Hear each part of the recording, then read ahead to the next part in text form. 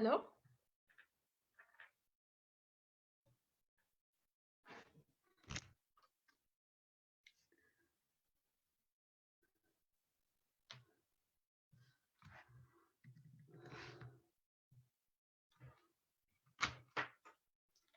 Hello?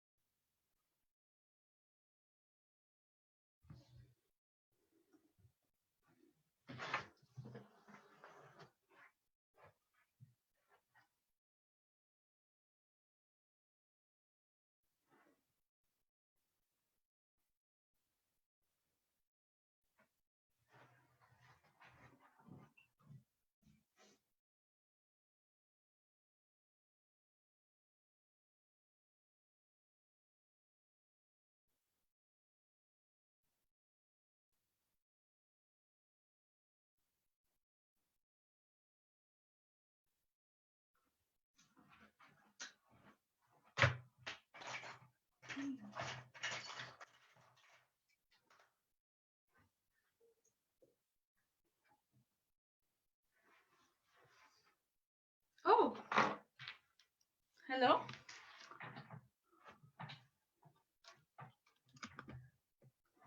Hey. Hi. So I just mute your microphone for a second. Okay, I was singing.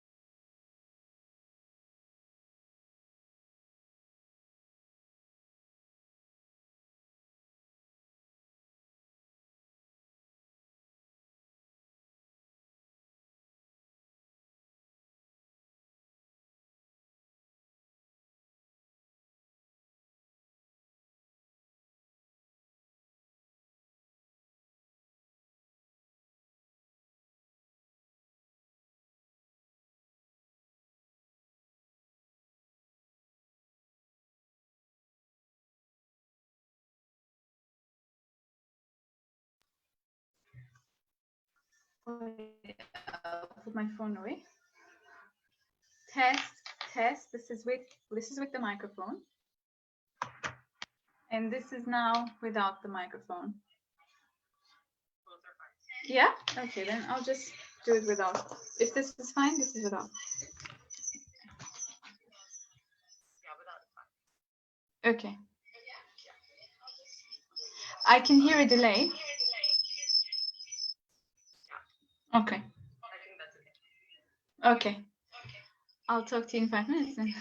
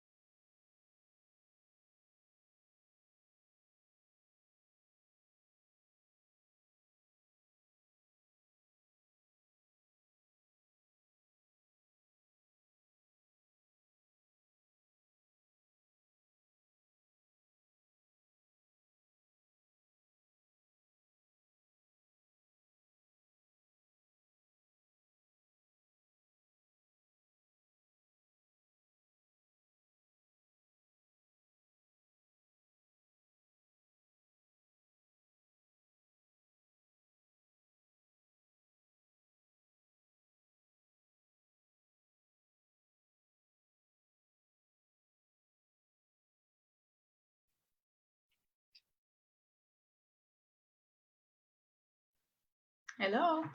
Hi. Hello. Can you see me? Yes, I can. Hello, Dilar. Welcome. Hi. So we are live on Facebook with a Great. short delay on Facebook. Great. I think that I will go ahead and begin first in Urdu. and then we'll just a short message in Urdu, and then we'll move over to English. Okay. सबसे पहले मैं सबको सलाम अलैकुम कहना चाहती हूँ। मेरा नाम माविश अहमद है और मैं विमेंस डेमोक्रेटिक फ्रंट की मेंबर हूँ। लंदन में मैं रहती हूँ। यहाँ पे मैं लेक्चरर भी हूँ और ह्यूमन राइट्स और पॉलिटिक्स में, यानी इंसानी हकूक और सियासत में, और बलूचिस्तान में जो रियासती तशद्दुद होती है उसके ऊपर मैं रिसर्च करती हूँ। आज हम दिलार दिरिक जो विमेंस कर्डिश विमेंस मूवमेंट की मेंबर हैं और ऑक्सफोर्ड यूनिवर्सिटी में रिसर्च फेलो भी है, और उन्होंने बहुत सारी रिसर्च की हुई है कर्डिश विमेंस मूवमेंट पर, अपने पीएचडी के लिए भी और उसके बाद भी, और पूरी ज़िंदगी कर्डिश विमेंस मूवमेंट में वो मेंबर रही है। वो ये तो एक ऑब्वियस बात है, वो उर्दू नहीं बोलती, तो इस वजह से अब मैं आगे जाके अंग्रेजी में बोलूँगी। लेकिन अगर किसी को इंटरेस्ट है कर्डिश विमेंस मूवमेंट के बारे में और सीखना और पढ़ना, तो आप ज़रूर विमेंस डेमोक्रेटिक फ्रंट के मेंबर्स के साथ कॉन्टेक्ट कर लेना, और वो आपको शायद थोड़ी सी टेक्स्ट भी भेज सकती है। ये आखिरी बात अंग्रेजी में शिफ्ट होने से पहले मैं कहना चाहती हूँ कि ये जो आज का स्टडी सर्कल है, या आप समझे एक लेक्चर है ऑनलाइन, वो विमेंस डेमोक्रेटिक फ्रंट ने कोरोना वायरस पेंडेमिक के बाद खास तौर पे ऑनलाइन स्टडी सर्कल्स और लेक्चर्स शुरू किए। तो आपको फेसबुक के पेज पे भी एक कॉमरेड मिनर्वा है, WTF की मेंबर, उन्होंने वर्किंग क्लास वुमेन्स मूवमेंट के ऊपर एक बहुत ज़बरदस्त लेक्चर दिया है अंग्रेज़ी और उर्दू में, और कॉमरेड ज़ेनिया ने भी दिया, और इंशाल्लाह आगे जाके भी आमना मवाज ने आर्ट और पॉलिटिक्स पे देनी है, और भी बहुत सारे लेक्चर्स होंगे। तो ये जो आज की हमारी डिस्कशन है वो उन लेक्चर्स का एक हिस्सा है। तो अब मैं अंग्रेजी में शिफ्ट होगी। So thank you very much Dilar for your patience in Urdu. Of course, of course. So and thank you so much for taking out the time on a Sunday to speak with us. So just just some quick background also in terms of both for yourself and for everybody else in terms of why we were so interested in inviting you, is that nowadays there's and very rightly so, there's talk of this coronavirus pandemic. It's truly a global crisis in many ways, and affecting places in a way already in crisis much more. At the same time, what's quite noticeable is that many of the countries, the lands, the peoples that we come from have been thrown into crisis under imperial war, under ongoing violence, capitalist policies, neoliberal policies.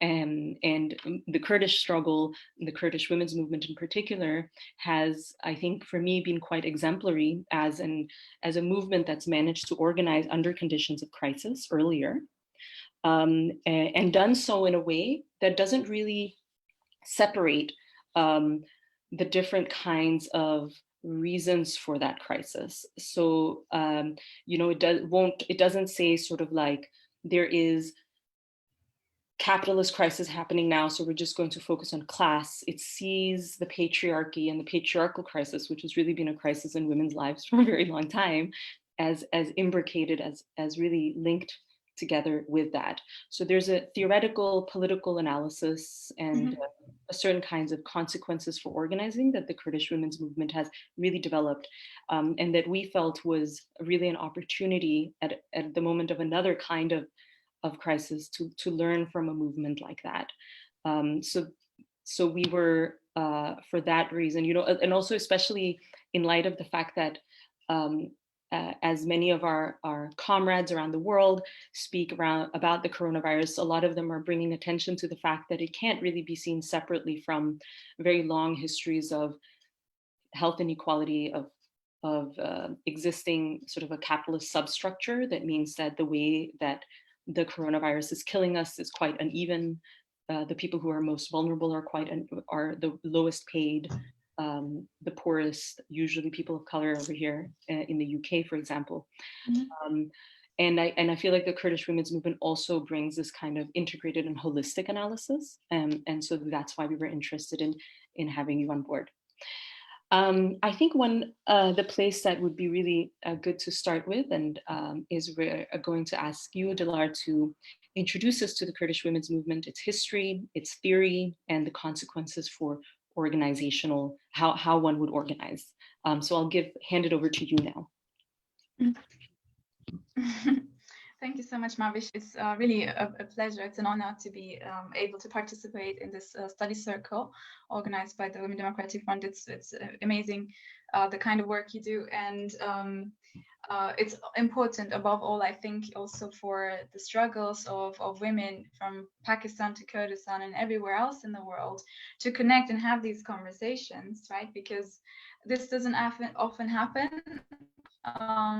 Not only because we're all dealing with different forms of violence and oppression, and often it's easy to then just focus on what's happening to you. But I think part of the situation that we all find ourselves in on a global scale right now is an awareness that actually all of the struggles, all of the problems in society, the inequalities that exist are all connected somehow on a local scale, regional, global scale, and these scales are all connected to each other, of course.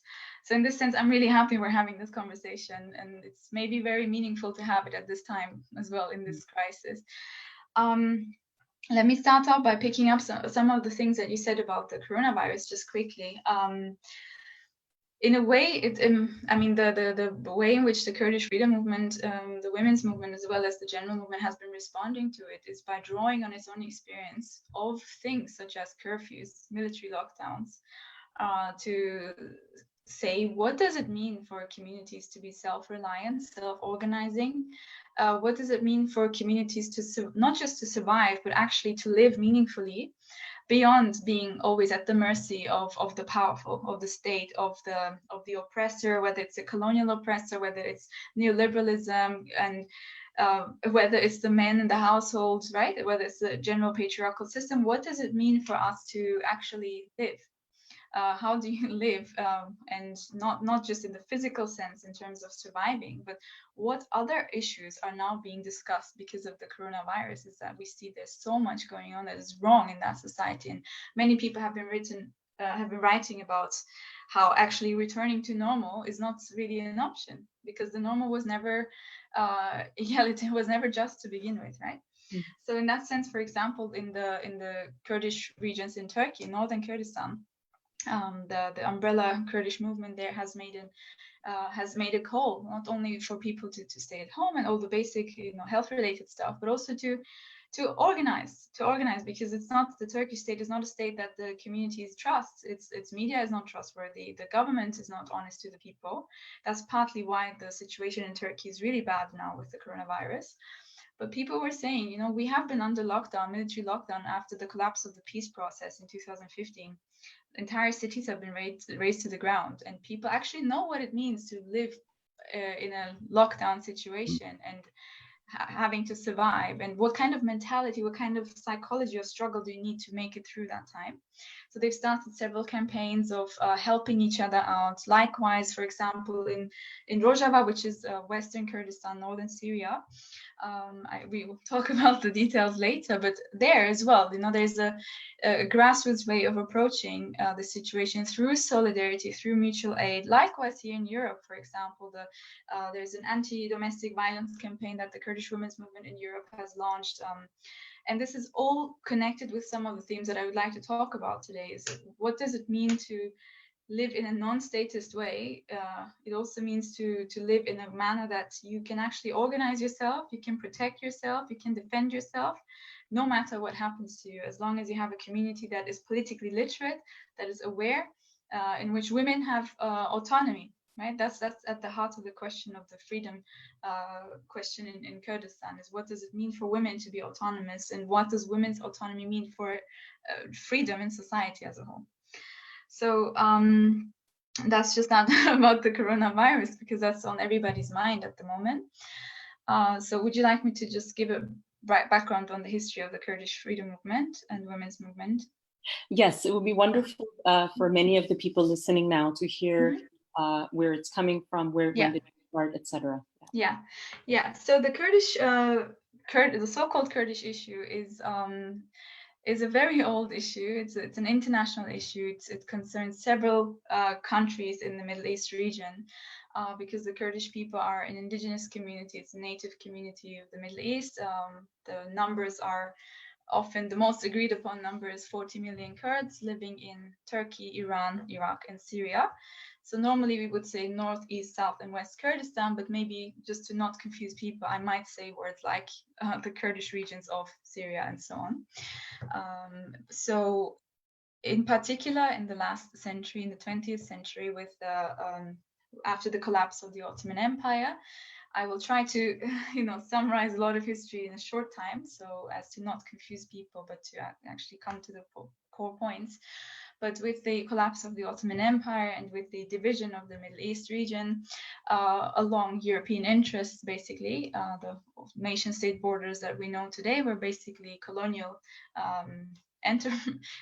projects, and that meant that the countries that we know today took the shape that they have today, and the concepts upon which they were built were mainly nationalism, nation-state ideologies. And so for the Kurdish people, this meant that their historic homeland, which has been called Kurdistan for many centuries, has been divided. So yeah, I see you have a map there. So I should say that there is no one universal map of Kurdistan. So many people would disagree with this map, including myself, for example. It includes parts that are not majority Kurdish as well, but this is a good, it's either too little or too much. So as you can see, they're all a bit different.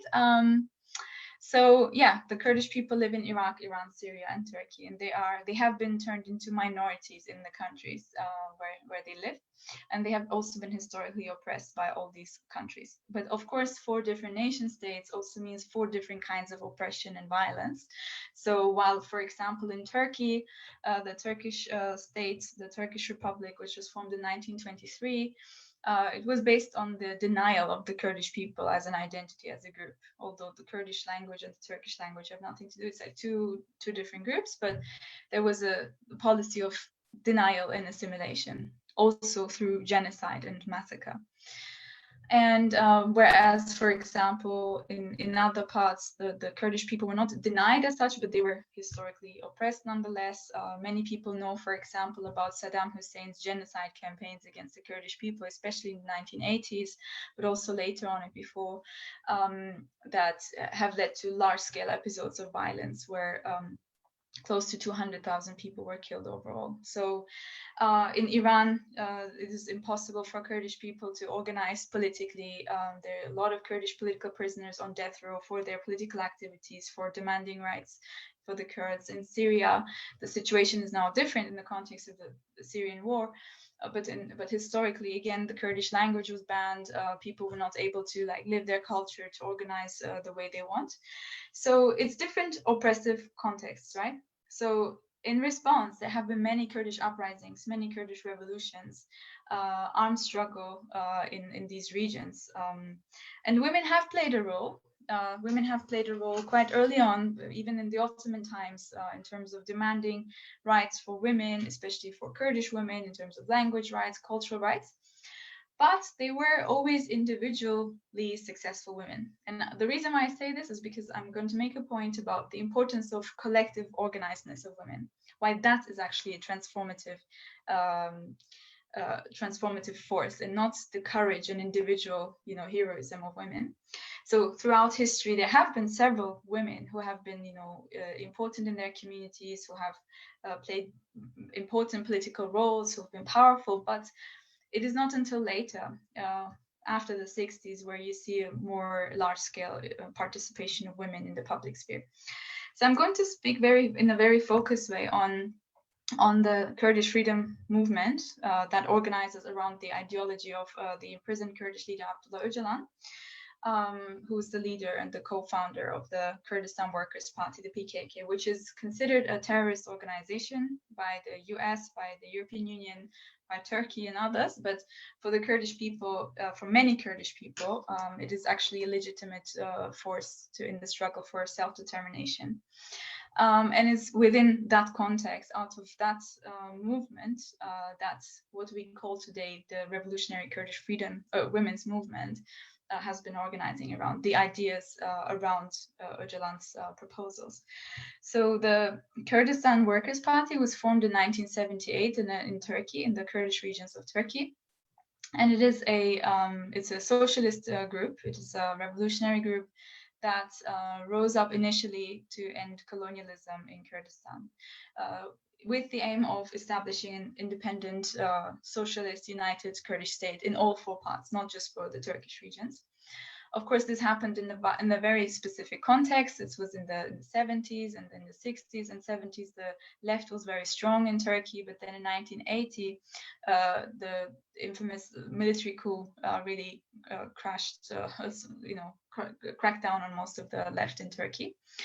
But it was a movement that from the beginning had a commitment to the solidarity of peoples. It never understood itself as what it calls a primitive nationalist project. It was a socialist project, which saw in the liberation of Kurdistan also the liberation of Turkey and the Middle East in general, right? Within the context of the socialist struggles of the time and anti-colonial struggles around the world. It never saw its cause as separate from other things that were happening in the world. And it explicitly positioned itself against the traditional conservative ideas around Kurdish nationalism, right? From the beginning, the perspective is we can only solve this if we work together with other peoples in the region.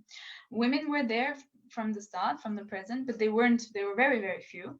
There were only 2 women at the founding congress of the Kurdistan Workers' Party. But with time, the numbers increased.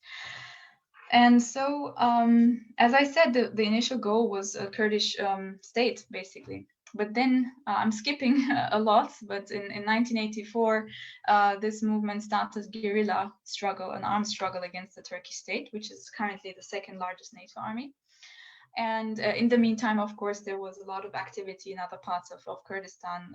Other Kurdish political movements and organizations were mobilizing against the respective states. So for 20 years, Öcalan spent time in Syria, in the Kurdish regions, not only, but also in Damascus and in Lebanon, where he was organizing for the revolution, basically, through political education, through training and other things, also together with Palestinian groups, for example, at the time. In the meantime, the armed struggle was going on in the 1990s. And then in 1999, Abdullah Öcalan was kidnapped. He was expelled from Syria, and he was seeking asylum in different countries. And then on his way to South Africa, while he was in Kenya, in Nairobi, he was kidnapped in what was basically a NATO conspiracy, which involved the British intelligence, the US, the Israeli Secret Service, and others, who handed him over to Turkey. So Öcalan has been in prison since 1999. And from prison, although already in the mid-90s, the movement had officially dropped the claim to establish an independent Kurdish state, there was no new paradigm yet. There was some sort of crisis at the time. But already in the 1990s, women had started first steps towards autonomous self-organization, first in the armed sphere, and then in the political sphere, and then more and more in the social, like in the wider social scale. And these were actually the proposals of Abdullah Öcalan himself. Because very early on, Abdullah Öcalan wrote about the family and women question in Kurdistan, analyzing the Kurdish man and the household in parallel to the state's treatment, the colonial state's treatment of society, not just Kurdish society, but society as a whole. Right? So these analyses already existed, and they informed some of the major steps that the women took in the 90s. First, to establish an autonomous women's army, which was in a way a physical separation from the men, because they could see that even within the revolutionary struggle, the men were doing everything they could to undermine women's participation in the guerrilla struggle, right? But it had a more ideological reason as well. It was to understand actually the women's, what's often called women's question at the time, but basically the patriarchy, as being fundamentally connected to capitalism and the state. So women separating themselves physically and establishing their own armed units, training education, doing things in a woman, in a women's environment was very important to develop a consciousness and actually to lead a class struggle within the women, because there were women from the rural areas, there were university educated women, and the men could always pick up on these differences in class and the situation of the women to undermine solidarity, because there's this not organic, but an existing hegemonic patriarchal solidarity anyway, right, in society, in the state, and so on. So and this was important because then that led to other things. It led to the formation of an autonomous women's party by the women in the PKK. That was a much more ideological choice, because at the time, the guerrillas were studying also what happened to women's revolutions or revolutionary women in other parts of the world. They studied the different contexts in Latin America, in Africa, in the Middle East, in Asia, and looked at what went wrong. Why do women often participate in these revolutionary struggles, but then they get has often become a trope even. People say this all the time, also when they talk about the Arab Spring, when they talk about other things, women always get sent back after the revolution, right? So how can we prevent that from happening? How can we come up with an analysis that actually understands these different things in a connected manner, right? So the formation of an autonomous women's party was very fundamental in the sense that it started the theorization from a perspective that decentered, actually, that tried to focus on decentralization by not analyzing just the nation states that undermine the Kurdish freedom, that oppress the Kurds as a nation, but also by seeing the state as a power structure that is actually built in its design is the subjugation of women. And the family, the patriarchal family, the nationalist states, and other forms of colonialism and oppression, including capitalism, they all rely on the subjugation of women. So this realization happened quite early on in the 90s already, but it was only with the paradigm shift that was articulated from Abdullah Öcalan's imprisonment towards what is called democratic confederalism. I'll explain the details in a second. That really women's autonomy became really the heart and soul of the Kurdish freedom struggle within this specific movement, right? So what does that mean? Democratic confederalism is proposed by Abdullah Öcalan as an economic, social, political, it's an ideological system as well, that is trying to create autonomy in the free life. It's actually about liberating life. It's not just about liberating the Kurds from the nation states that oppress them. What does it mean to liberate life? How can we overcome all forms of domination and oppression? And he does that by looking at history in a much more longue durée manner, rather than just looking at the current situation of the Kurds or just the history of the Kurds since the collapse of the Ottoman Empire, to look at how did states form, how does power form, what is the region's history, what is exactly women's history in the region. And for that, Öcalan goes back 5,000 years to the Mesopotamian, first Mesopotamian city-states, to look at the ways in which the accumulation of wealth, the centralization of government, and with that, the subjugation of women actually went hand in hand. So this analysis then leads to a conclusion that one must be able to find an alternative that does not reproduce these systems and structures of power, by establishing what is called a democratic or radical democratic, women's liberationist, and ecological paradigm. So the three pillars of democratic confederalism are that radical democracy, women's liberation, and ecology. These go hand in hand. And they're also, you need to also understand them not just as things to be built, for example, women's liberation, ecology, but actually they're also methods at the same time. Your mentality must be women's liberationist and ecological and radical democratic. Your method must embody what you want to do. So in this sense, it's not about waiting for a revolution, for a liberation, for a state to collapse. You must already, in the here and now, start organizing in a manner that prefigures or embodies the values that you want as a society. If your values are fundamentally opposed to the systems of violence and power around you. So in this sense, women's autonomy became a question of also democratizing internally, right? It became a question of it is necessary for women to be autonomous in order for there to be a society that is free of patriarchal power. And the ways in which this is being done is through, on one hand, a variety of mechanisms of organizing life, for example, through people's communes, through people's assemblies and councils, cooperatives, and academies. I don't know if I said that, academies.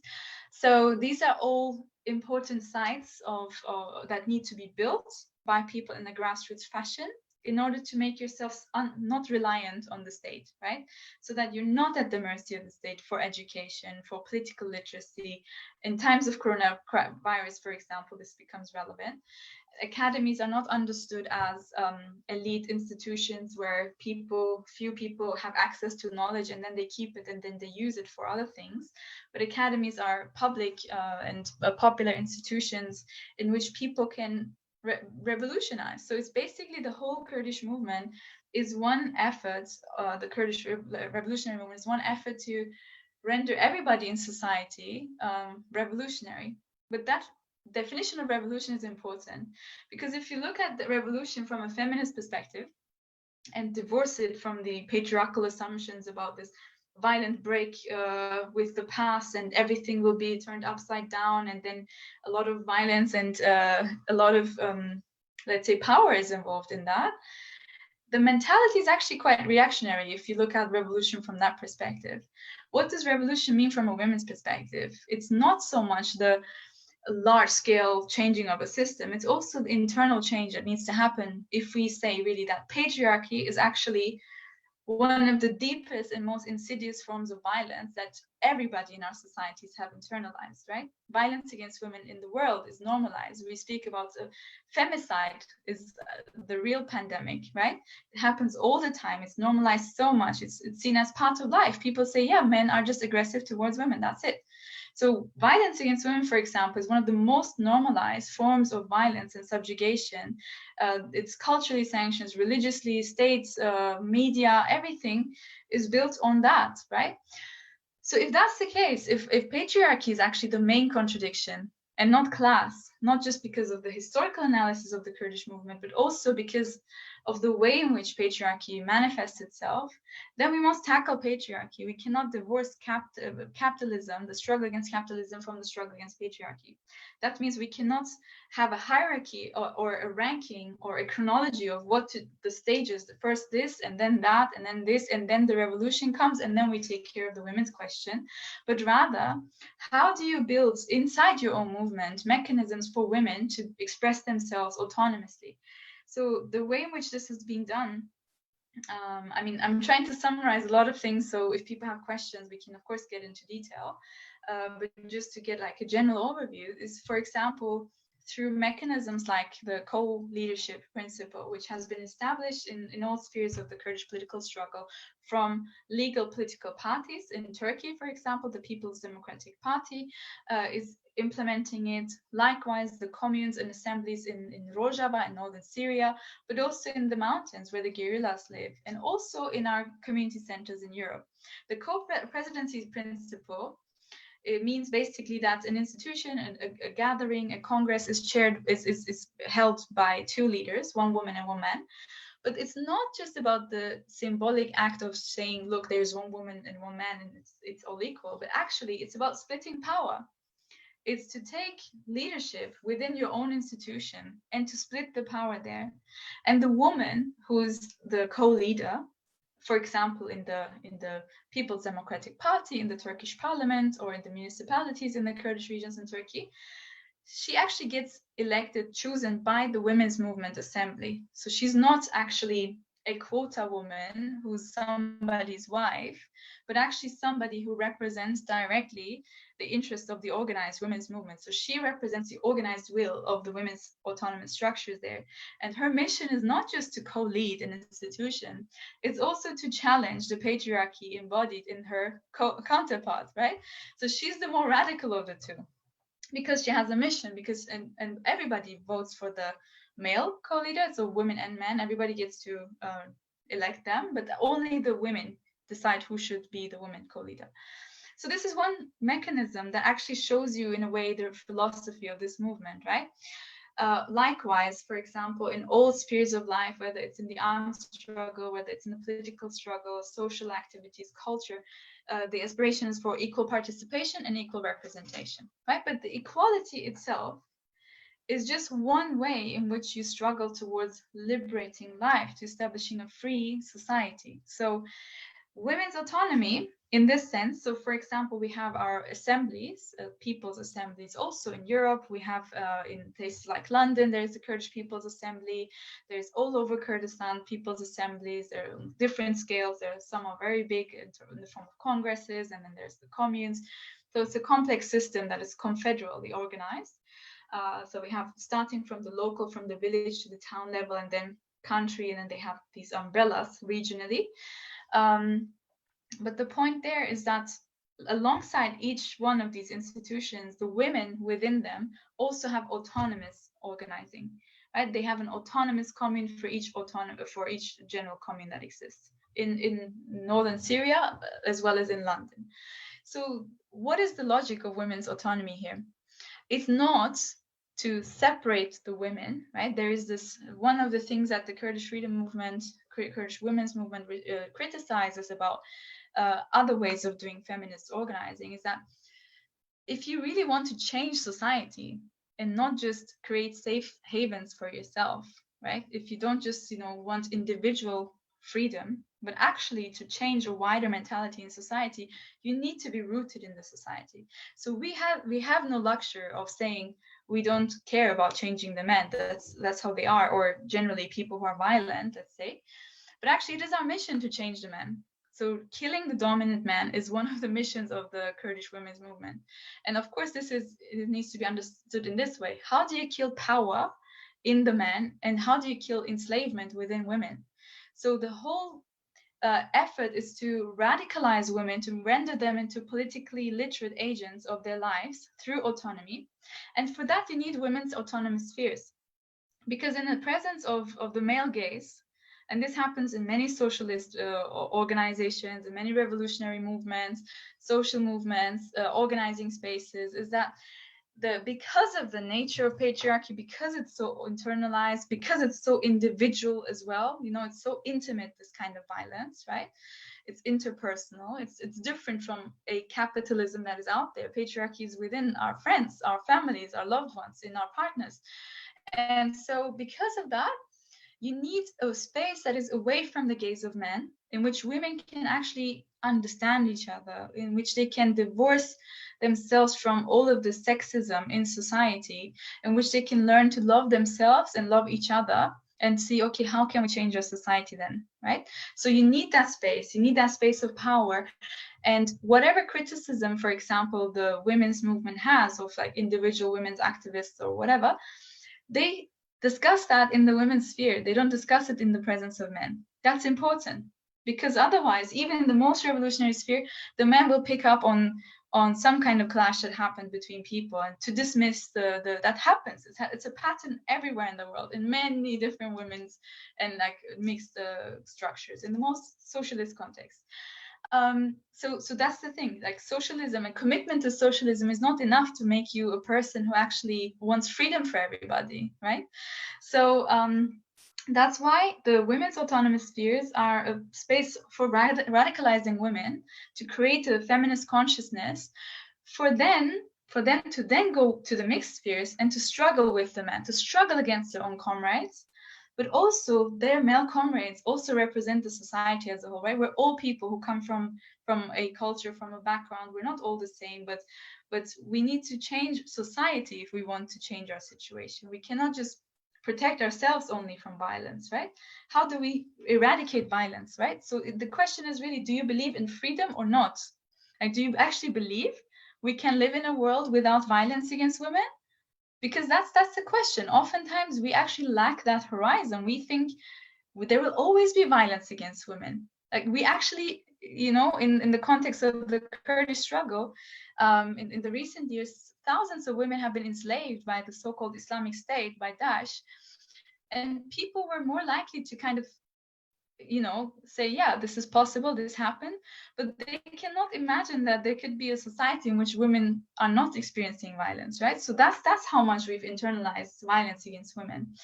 And so because of that, it's important to have both, to be present in the mixed spheres, to struggle against the comrades, to struggle against our own community, struggle against ourselves through criticism and self-criticism. But at the same time, you need women's autonomous structures in order to have that radical potential, in order to have a collective will that is then represented in the mixed structures.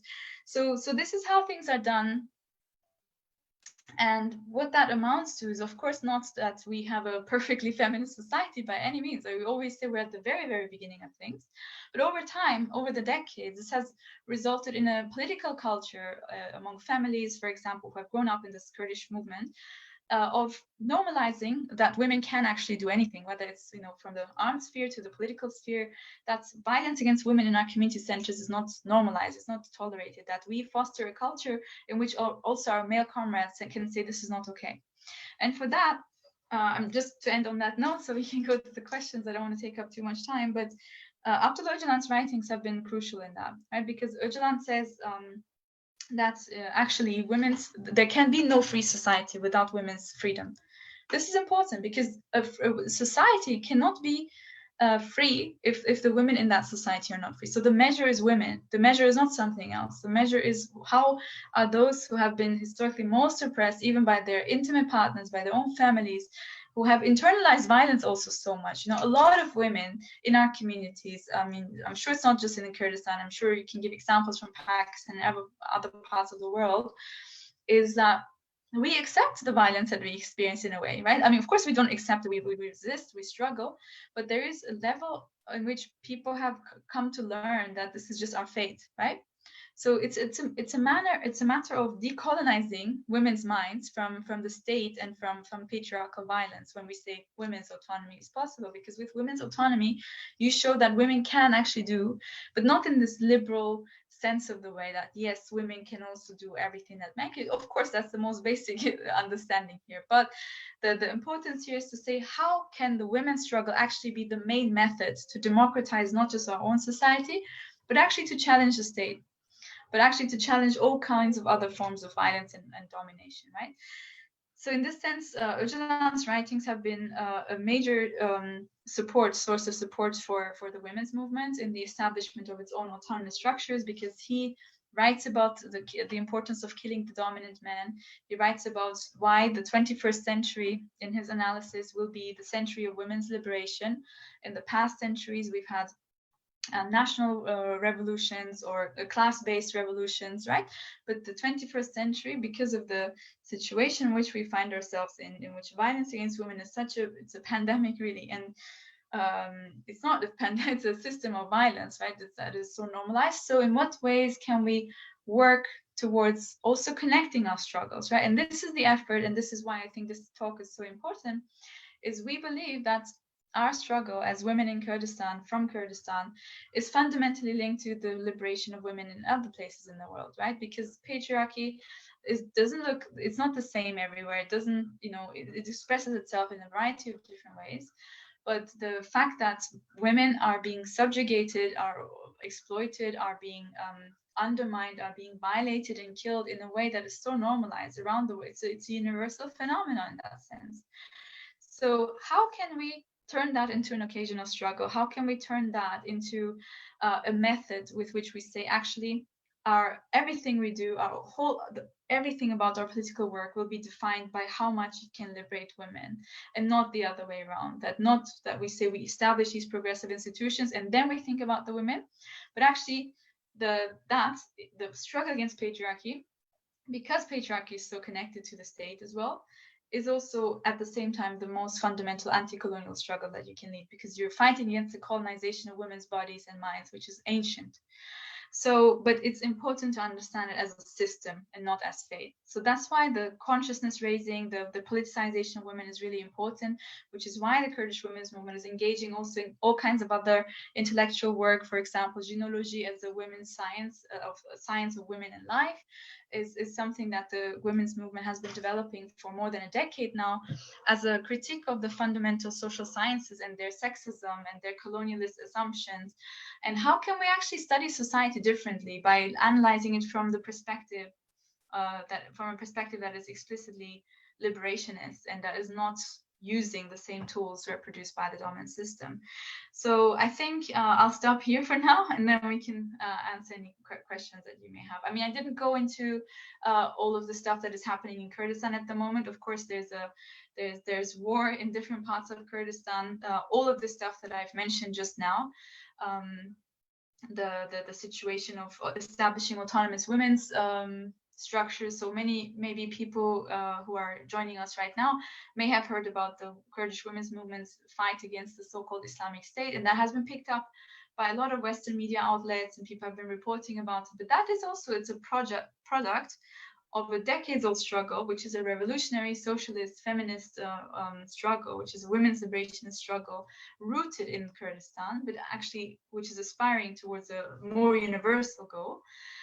So that should not be depoliticized, for example, but that movement, the things that have been built up in Rojava, northern Syria, which has been called by the activists there a women's revolution, because its definition of revolution, to come back to the earlier point, is not just to change the system and just to say we have a new system now, a new leadership, but actually to change the social relations, right? So we say the women's revolution's character is the change is the transformation of social relations. It's how people are positioned in society, how people think about society needs to change. So that is, of course, under attack now. The Turkish army has launched 2 invasions of this in this region, 2018 in Afrin, displacing hundreds of thousands of people, including the women's autonomous structures. And then at the same time, in October 2019, just 6 months ago, the Turkish army invaded the region once again. So a lot of these areas in which autonomous women's structures have been established are now being under threat, are now being occupied and invaded by the Turkish army. And so in this sense, I just wanted to point out the fact that this is not a very peaceful environment in which these autonomous struggles are taking place. It's a context of war. It's a context of violence. A lot of the women's activists are being killed, are targeted, are assassinated. Many of them are in prison. So in this sense, a lot of sacrifice is involved here. A lot of struggle is involved, but this is why the Kurdish women's movement says we're at the very, very beginning of things. We don't claim at all that we have achieved anything yet. We're at the process of decolonizing our own minds, the men's minds, from all forms of violence and oppression. So yeah, in this sense, I think I just wanted to point out the fact that it's not just a matter of building progressive and democratic institutions, but at the same time, it is an ongoing struggle against actual violent colonialism in the region. So I think I'll stop here for now. Thank you so much, Dilar. That was such a rich and fascinating account, and I think there's a lot of questions that are coming in, a lot of background and interest that your talk has really generated. And for those listening, we'd like to say that we will be sharing some of the specific references that Dilar has made. One of them, for example, to important writings of the Kurdish movement, Abdullah Öcalan, who Dilar mentioned, is sort of a key leader in the Kurdish Workers' Party, who has written Liberating Life. One of the readings that was also made available. So we will make some of those references also to some of the really important women and guerrilla women that Dilar has mentioned afterwards, and those who are interested can read more about it.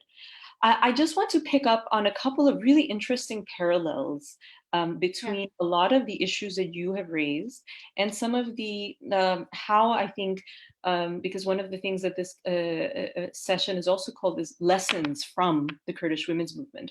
And the reason why somebody like me, who hasn't, came to the Kurdish women's movement, of course, through my friendship and comradeship with yourself, but really also found a lot of the writings and the theorizing so useful for thinking about Pakistan. It's because of all of these, because of the universality of some of the analysis that you're being put forward.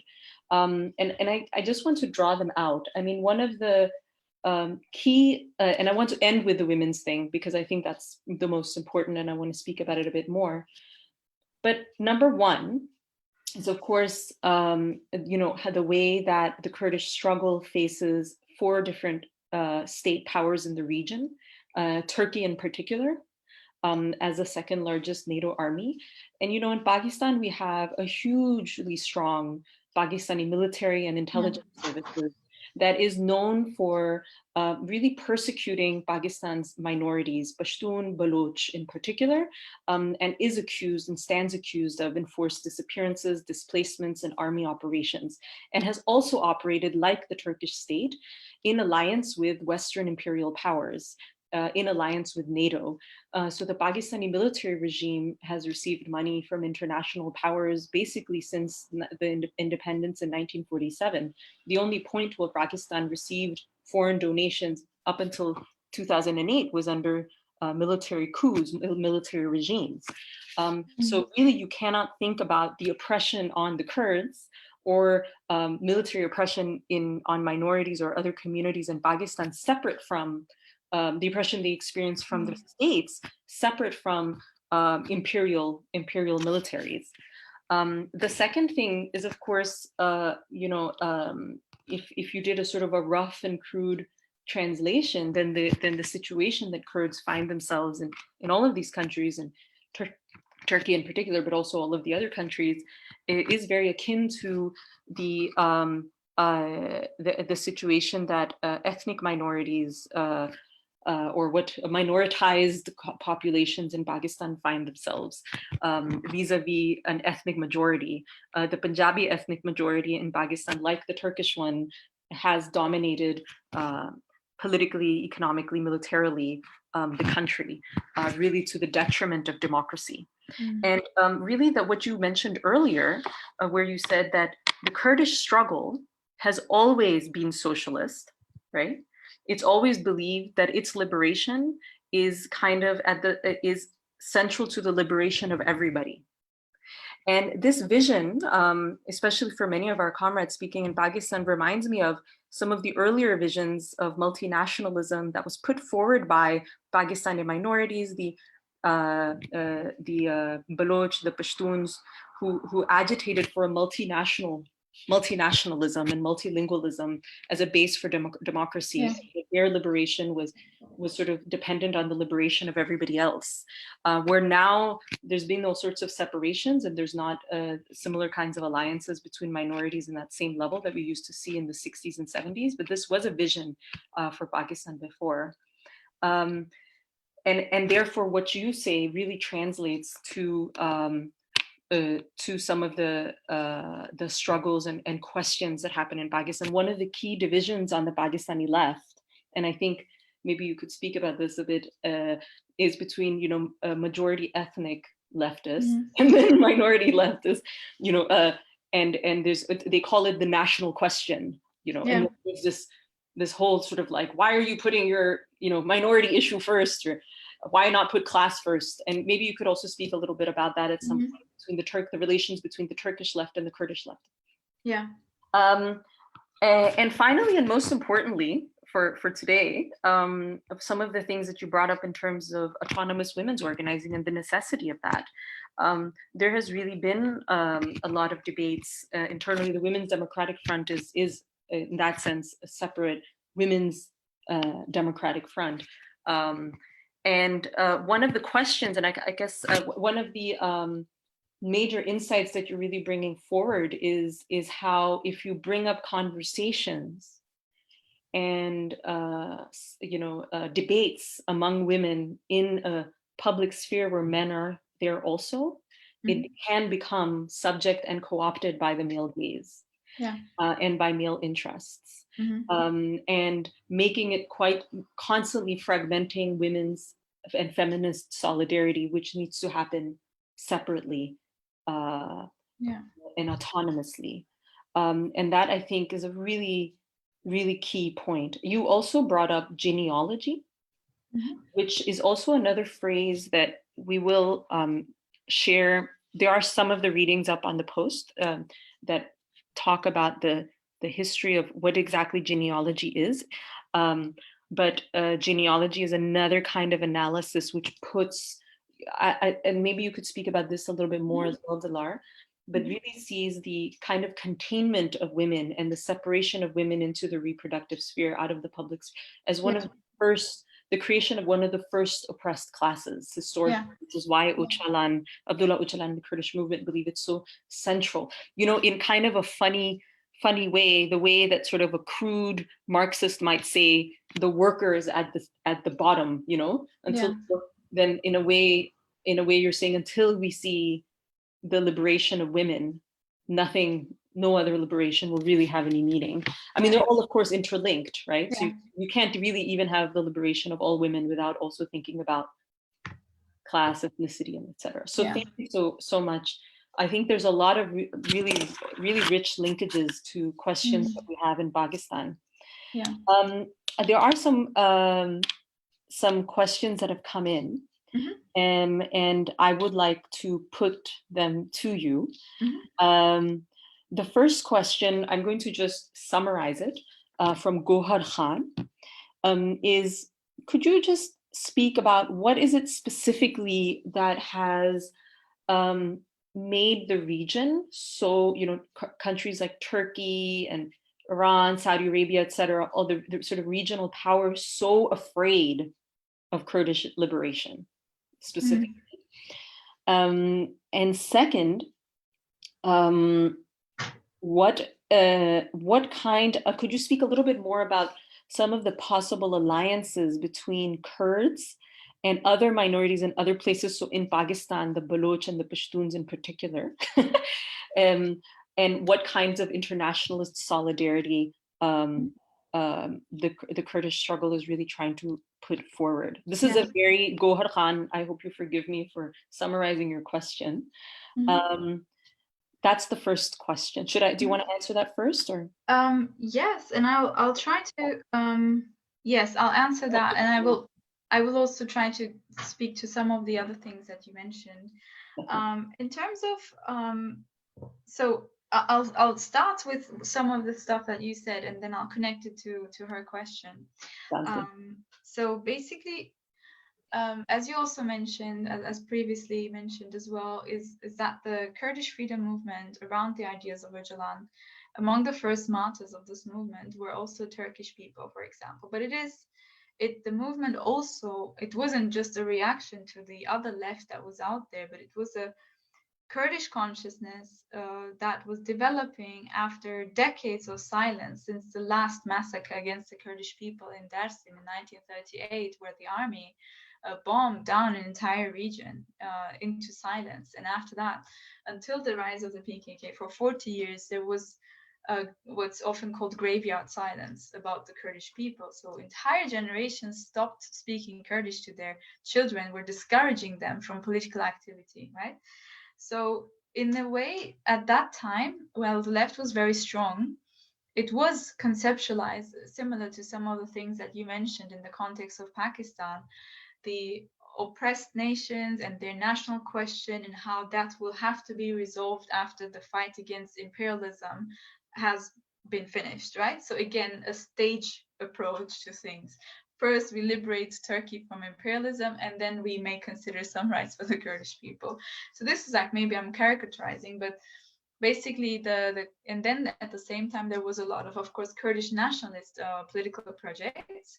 So the PKK came as a rejection of these two. It was a false binary, if you will, right? So it doesn't have to be that we either only just focus on the Kurdish question or we subjugate the Kurdish question, because the Kurdish people are oppressed because they are Kurdish, right?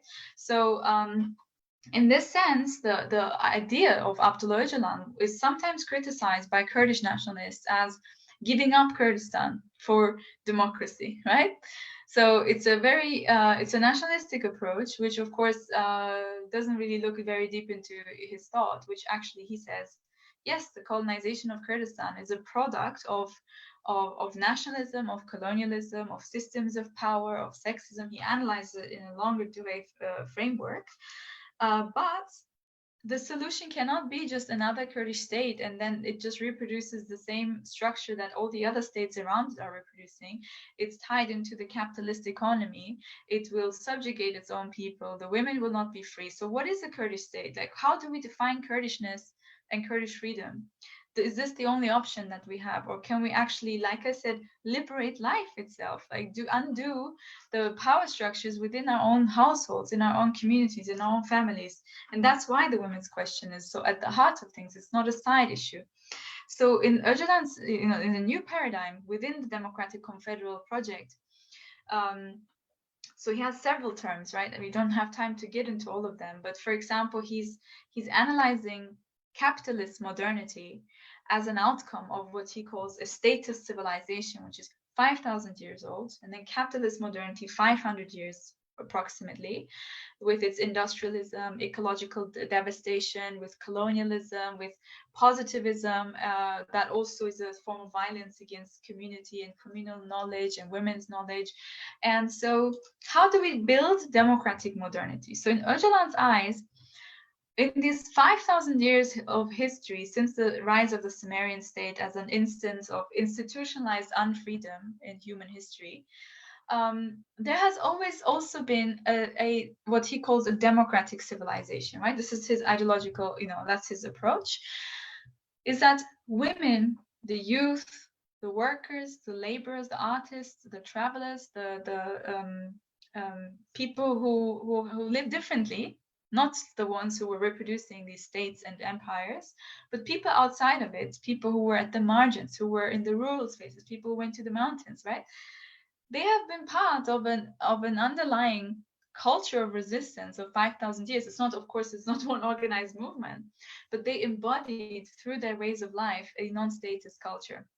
So how can we unite these forces in the context of this capitalist world system that we live in and build a free life, right? So the women and the youth are seen as the most radical wings of the project of building democratic modernity, which is a different mentality, which is a mentality that differs from the exploitation and domination and ecological devastation imposed by capitalism, right?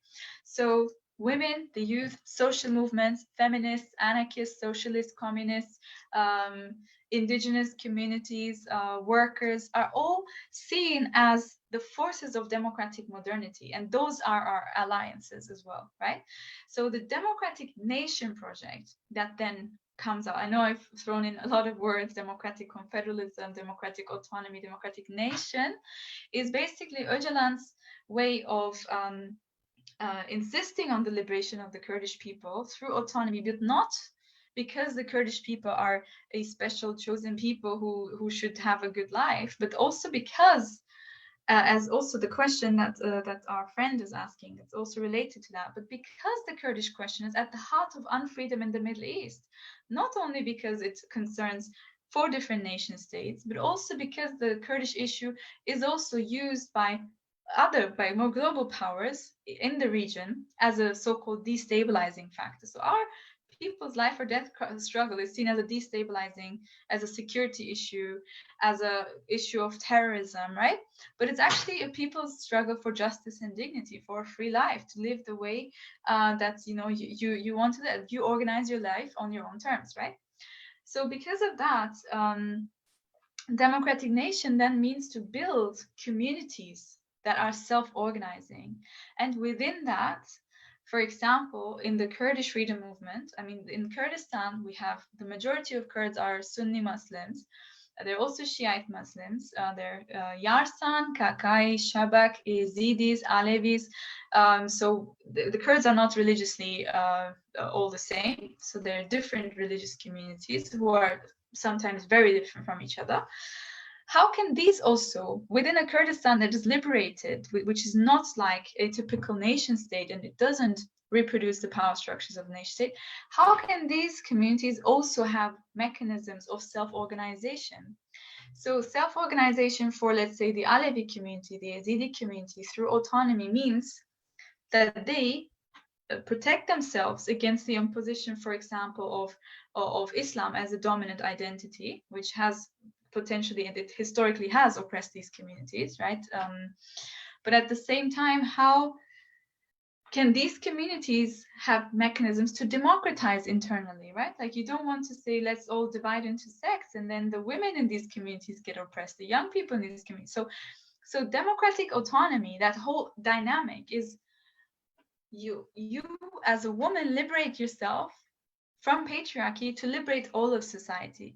The liberation of Kurdistan is related to the liberation of the Middle East. The liberation of the young people is liberated to the society as a whole. So that's autonomy and the generalized, like the generalized freedom force that develops from it, that dynamic that develops from it, these are interlinked, which is why, for example, when it comes to alliances, when it comes to solidarity, the Kurdish freedom movement doesn't think in the nationalist way, right? So the forces of democratic modernity are our alliances, which is why, rather than seeking allies with states, rather than seeking, of course, oppressed peoples and communities often are forced into situating themselves within some sort of geopolitical power structure and dynamic, and they need to protect themselves from forms of violence, for example, against the Turkish army's invasions.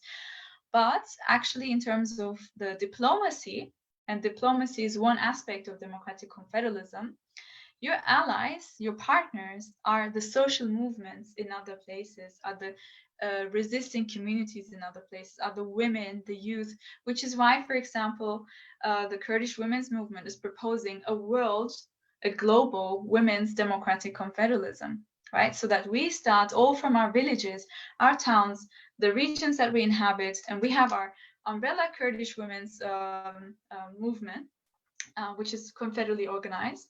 But we want to encourage this in other parts of the world. And then we can, for example, have an umbrella structure in Pakistan, an umbrella structure in Kurdistan. We have our Congress together, to build up towards a world women's confederal system. And the same goes for the youth. The youth movement in Kurdistan has a project of engaging with youth movements in other parts of the world. And so that's what I'm trying to say. The allies, right? Of course, in geopolitical situations, there are different kinds of tactical alliances, but the strategic allies of the Kurdish freedom movement are, like I said, the progressive, the democratic, the liberationist, freedom-loving forces around the world. Which is why, for example, when it comes to the women's movement's diplomacy, we try to exchange and have exactly these kinds of conversations with our sisters in Pakistan, in different parts of the world, to introduce concepts like genealogy, like introduce our practice of self-organization, not to impose it on other people, but to learn from each other's experiences, so that we can formulate common vocabularies, common struggle concepts, common ways of struggle, common platforms where we can meet and discuss our issues, which don't have to be mediated, and they don't have to go through the global north all the time, or that we rely on our male comrades to form relations so that the women in the organization. No, we do directly, independent from the general movement. We do our own diplomacy. The women's movement's diplomacy is autonomous. So, and I think that's why, in this sense, really anyone who we see as part of the democratic modernity forces are the allies of the Kurdish freedom movement. I really want to pick up on this also because it links really well, what you really brought forward links really well to a lot of questions that are coming up from people in terms of organizational and strategic questions. I think at the heart, and I'm going to tie a couple of different questions together. What brings these questions together, links it to what you said, is often minorities like Kurds or women in these countries in particular, who are simultaneously facing many forms of oppression and hierarchy. They're under, I mean, in some way, even the Pakistani military or anti-democratic and authoritarian forces within Pakistan also criticize empire.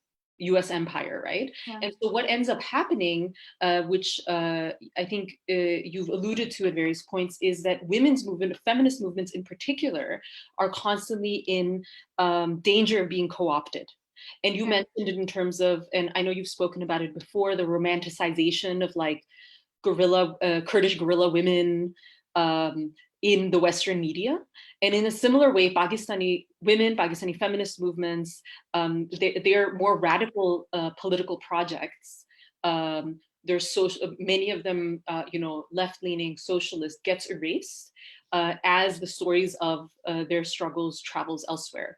The other thing that often happens is, similar thing with different kinds of minorities, oppressed communities within Pakistan. There's an easy co-optation. The other side of it is, of course, also the way that capitalism co-opts women. So the whole narrative of which you again also spoke of, which was is some kind of individual women's liberation. That I empower myself and break through the glass ceiling and become a CEO. And so then suddenly, where you really are framing this Kurdish women's movements theory as liberation necessarily being collective.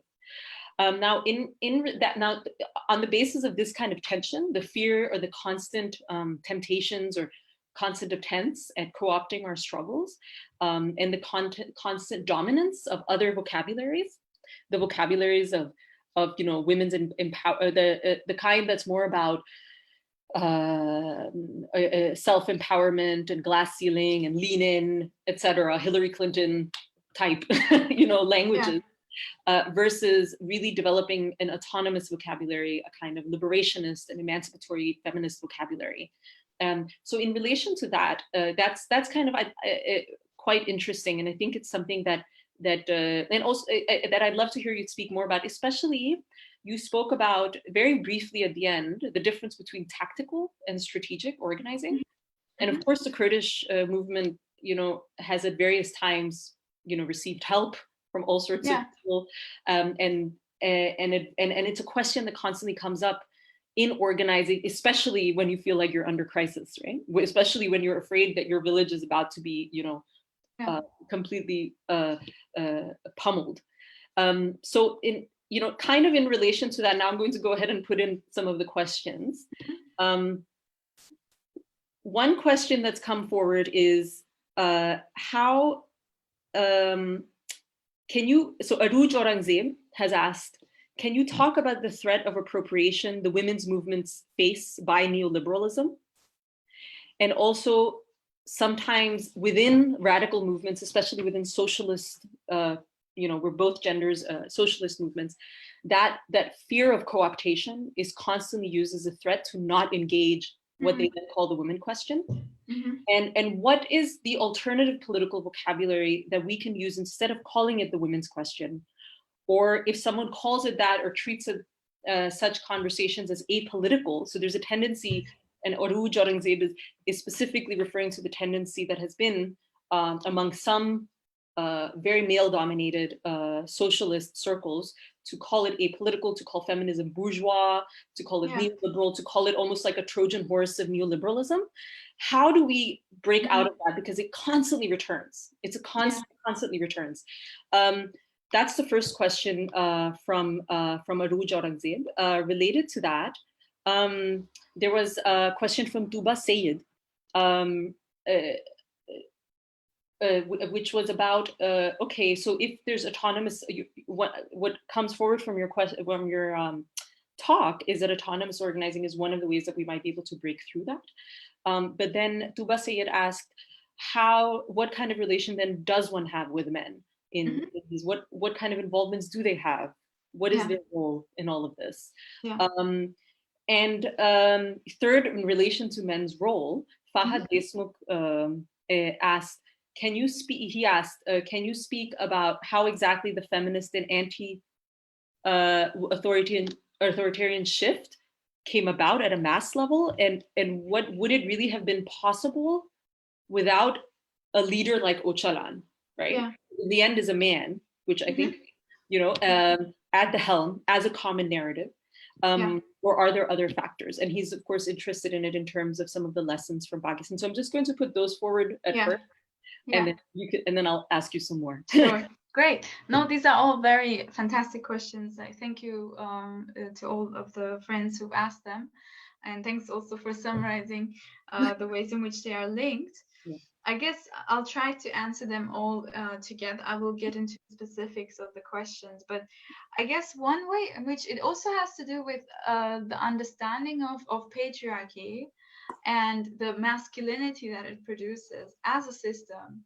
So, for example, when we speak about men and male violence, we don't assume that men are all born the same way and they are naturally violent, and because that's what I was trying to say, it's a system. So we understand the subjugation that women are exposed to as a system, and the dominant male as a system, right? So how can men also be part of liberating themselves from this dominant masculinity that is imposed on them, right?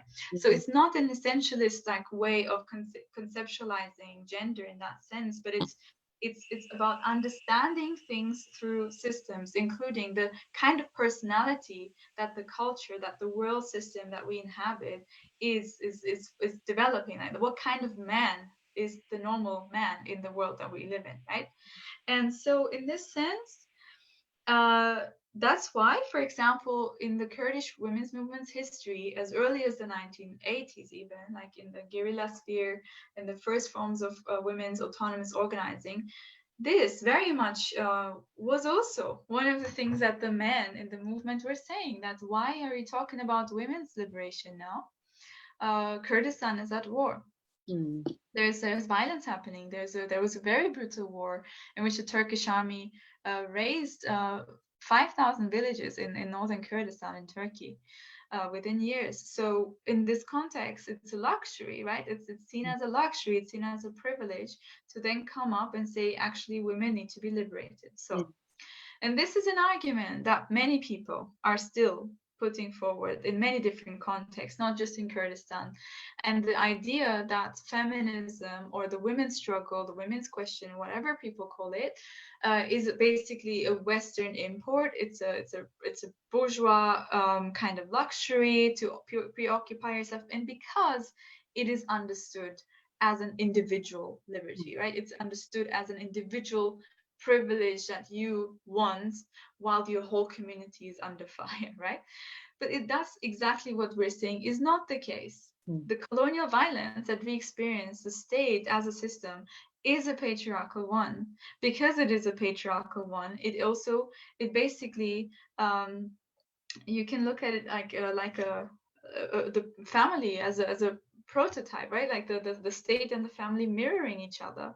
For example, Öcalan's analysis as early as the 80s and 90s say that Kurdish man gets violated and dominated, humiliated, degraded in the public, bows in front of the state, goes into an anxious physical position vis-a-vis the states and the state authorities.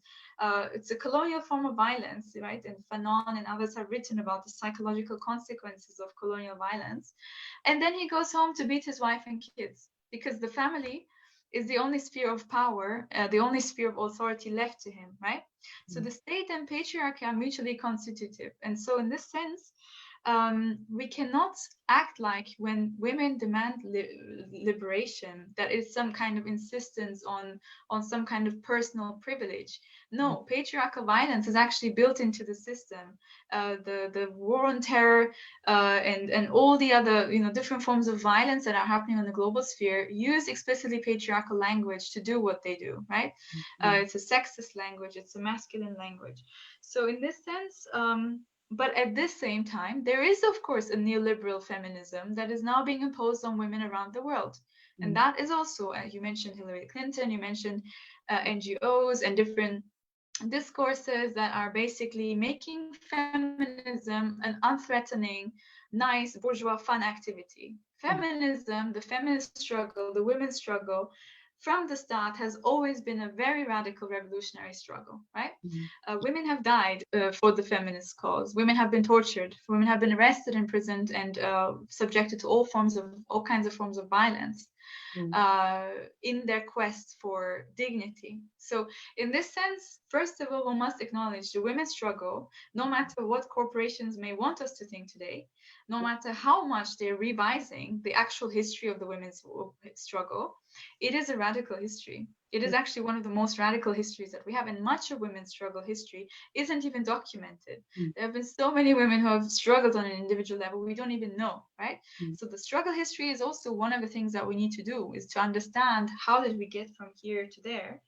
But in this sense, it's important.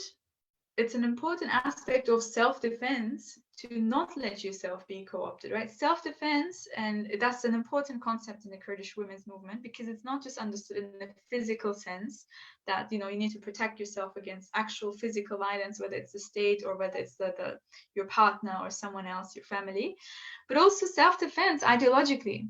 How do you ideologically have a strong perspective on life, an analysis of capitalism and patriarchy and other forms of violence and oppression that are interlinked, that are interconnected, and your methods are also in line with this like interconnected way of thinking about life, a holistic analysis of life, not just of systems of power, but about life. What kind of life do you want? And in this sense, and that's why you need to have a strong perspective to protect yourself against ways in which people, whether it's your own movement trying to co-opt your struggle, whether it's men, your comrades, congratulating some women in your movement about how strong and courageous they are, and say the others are not like you, they're very weak. So this using us against each other is one thing. And then on the other hand, you have all of these like neoliberal NGOs and stuff. And it's a conscious, you really need to understand them as ideological attacks on the radical nature of the women's movement. The women's struggle is precisely so radical and has revolutionary potential if it organizes itself accordingly, does justice to its cause through transnational, you know, feminist organizing, partly, is to always protect ourselves against this co-optation. How can we do that? Again, through autonomy. By not relying on the vocabulary of others, by developing our own concepts, by developing our own ways of struggle, by not falling into the trap of doing things as the UN Women wants us to do, or as, you know, but to develop. That's why we say in the Kurdish women's movement, we start from our own roots and then we turn into trees and branch out to reach other trees, which are our other sisters in other countries, right? The situation of women in Kurdistan, there may be parallels, but the situation in Pakistan is different. There are different issues, there are different contexts, right? But there are many things that we can analyze together. And how can we bring them together, right? So this, and that comes to the question of strategic and tactical alliances again. Because of the absence of these strategic alliances, because we often don't form them, because we should put much more work into educating ourselves about the situation and struggles of other people, and that as part of our struggle we should also be thinking, how can our struggle actually help the struggle of women in Pakistan, for example?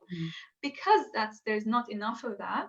Oppressed communities always rely on the tactical alliances with states, with other reactionary groups, with armed groups, with actors, with corporations, with NGOs and think tanks and so on, because we don't develop the consciousness that we need, that these struggles are interlinked. So in this sense, when it comes to the men's role, men can learn how to be an ally of the liberated woman, right? So it's about, again, it's an analysis of the dominant men and the enslaved women as phenomena, as social kind of constructs, not as realities. Like, we're not saying every woman is enslaved, every man, but that's the kind of structure, that's the kind of profile that is imposed on the people. So the men then have the mission to become the right and good kind of comrades to the women's struggle, right? Öcalan himself says that this is, for him, his biggest mission is to be a good comrade to women, because their liberation is at the heart of the liberation of society. So what that means is, for example, I mentioned that we have the autonomous women's structures and then we have the mixed structures. There's a lot of criticism and self-criticism that the men in the movement are expected to do. Doesn't mean they do that, right? Which is why the way in which we define our relation, let's say, generally, not just as individuals, but the women's movement as a whole, is one of struggle. The relationship, as long as we don't live in the kind of society that we want, we're still working to it. We're approaching it on a daily basis through daily struggle, for organizing in the here and now, as I said. We are trying to provide a framework of a free, togetherness, of free co-life. It's translated in different ways, but it's one of the concepts that we work with. Women's autonomy is ultimately for a free life together, that we can have a good relationship with the men, right? With the dominant men, by undoing the dominant men, by having a different kind of masculinity that is acceptable to us. And these were among the first discussions in the Kurdish women's movement in the 1990s. What kind of man is acceptable to us? What is the social contract? And the Kurdish women's movement has developed its own social contract, right? On how, in the current context, we should relate to each other. What kind of society do we envision, right? In a system that doesn't objectify women, that doesn't put women second, but actually where we can have a free society liberated from these power relations. So in this sense, the struggle goes on with the male comrades, with reminding them of their reproduction of these state-like attributes, of their reproduction of power relation, that and to raise an awareness among them that this is actually an obstacle to the liberation of your society, of Kurdistan. There cannot be revolution with enslaved women, and there cannot be revolution with the dominant men. Like these profiles, they need to change. So in this sense, like the relationship is constantly being challenged through, for example, the co-presidency system, where this is a tension, right? The co-presidency means the split of power. It means two different opinions, and the women's movement is represented there. So it's a creating tension. It's creating occasions in which we struggle against the man with the aim of transforming them. So that's the relationship, is one of struggle, of self-defense, through autonomy, and struggle with the purpose of transforming the men. But that's ultimately all for a free life. Sorry for the long answer. No, this is wonderful. I think I really want to, and this is something that would be, it's such an interesting and fascinating idea, the idea of pro-presidency, where you deliberately, on every levels of your organization, and in the case of, in Pakistan, if the Women's Democratic Front, if that's a kind of an autonomous front, it would be that the various socialist parties or left-wing parties in Pakistan, whether it's the Awami Workers' Party or any other party, actually implement co-presidency, male and women, on every level of the organization. So I think that that's really fascinating. I think that you really spoke really beautifully about the tension between the alliances between the women's autonomous movement and people outside, whether it's men, neoliberal feminists, or empire. I think there's a lot of really interesting questions also coming in about the relations within that autonomous movement then. Within, when you close the door, when you have your conversations. One of them is from Zenia Rasool. Is there a hierarchy within the women's movement? What is the status of working class women in the Kurdish women's movement? So, of course, there's going to be different levels of literacy, rural, urban, within the Kurdish women's community as well. How does that play out, and how do you then deal with that? In relation to that, what about women where, there's definitely internalized patriarchy among male comrades? What about internalized patriarchy among female comrades? What about, how do you sort of create a milieu, an environment of trust within sister comrades, where you don't have some, where somebody's not reproducing the same kind of issues there?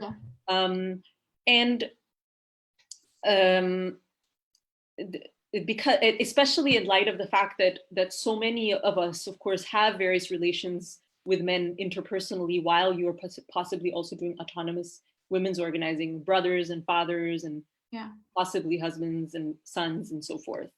In relation to that, I guess also the really interesting relationship between women fighting, guerrilla women, the ones who go out, and everybody else.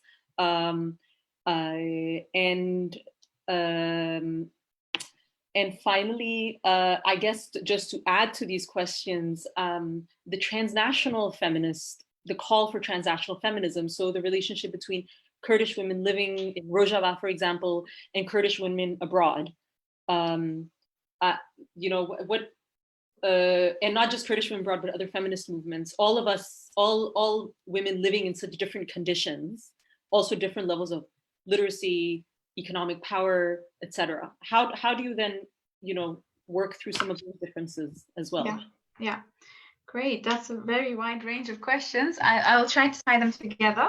And also there was another question before that I didn't really touch on, the question of how did these ideas get, on a mass level, and the role of Öcalan, and, the leadership question.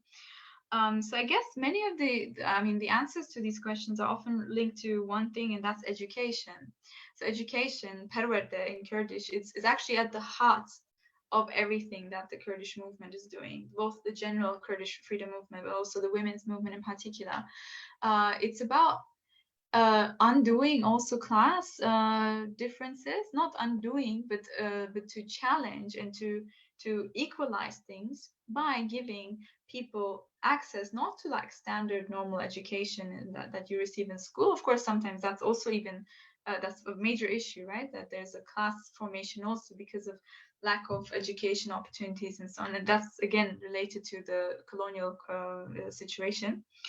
But basically, I tried to touch on this a little bit in the beginning, just to give a bit more context. In the 1990s, where women were joining the guerrillas on a mass scale, the first women who had joined were mainly, not all of them, but they were mainly from student backgrounds. They were university students or people who had been active in socialist circles, not necessarily coming from very conservative families, right? Whereas when the 90s started and the so-called dirty war started, which is when all the villages were destroyed and like the armed struggle took on a different level in the Kurdish regions of Turkey, a lot of women whose villages were destroyed, women from the poor rural areas who had often no formal education, they joined.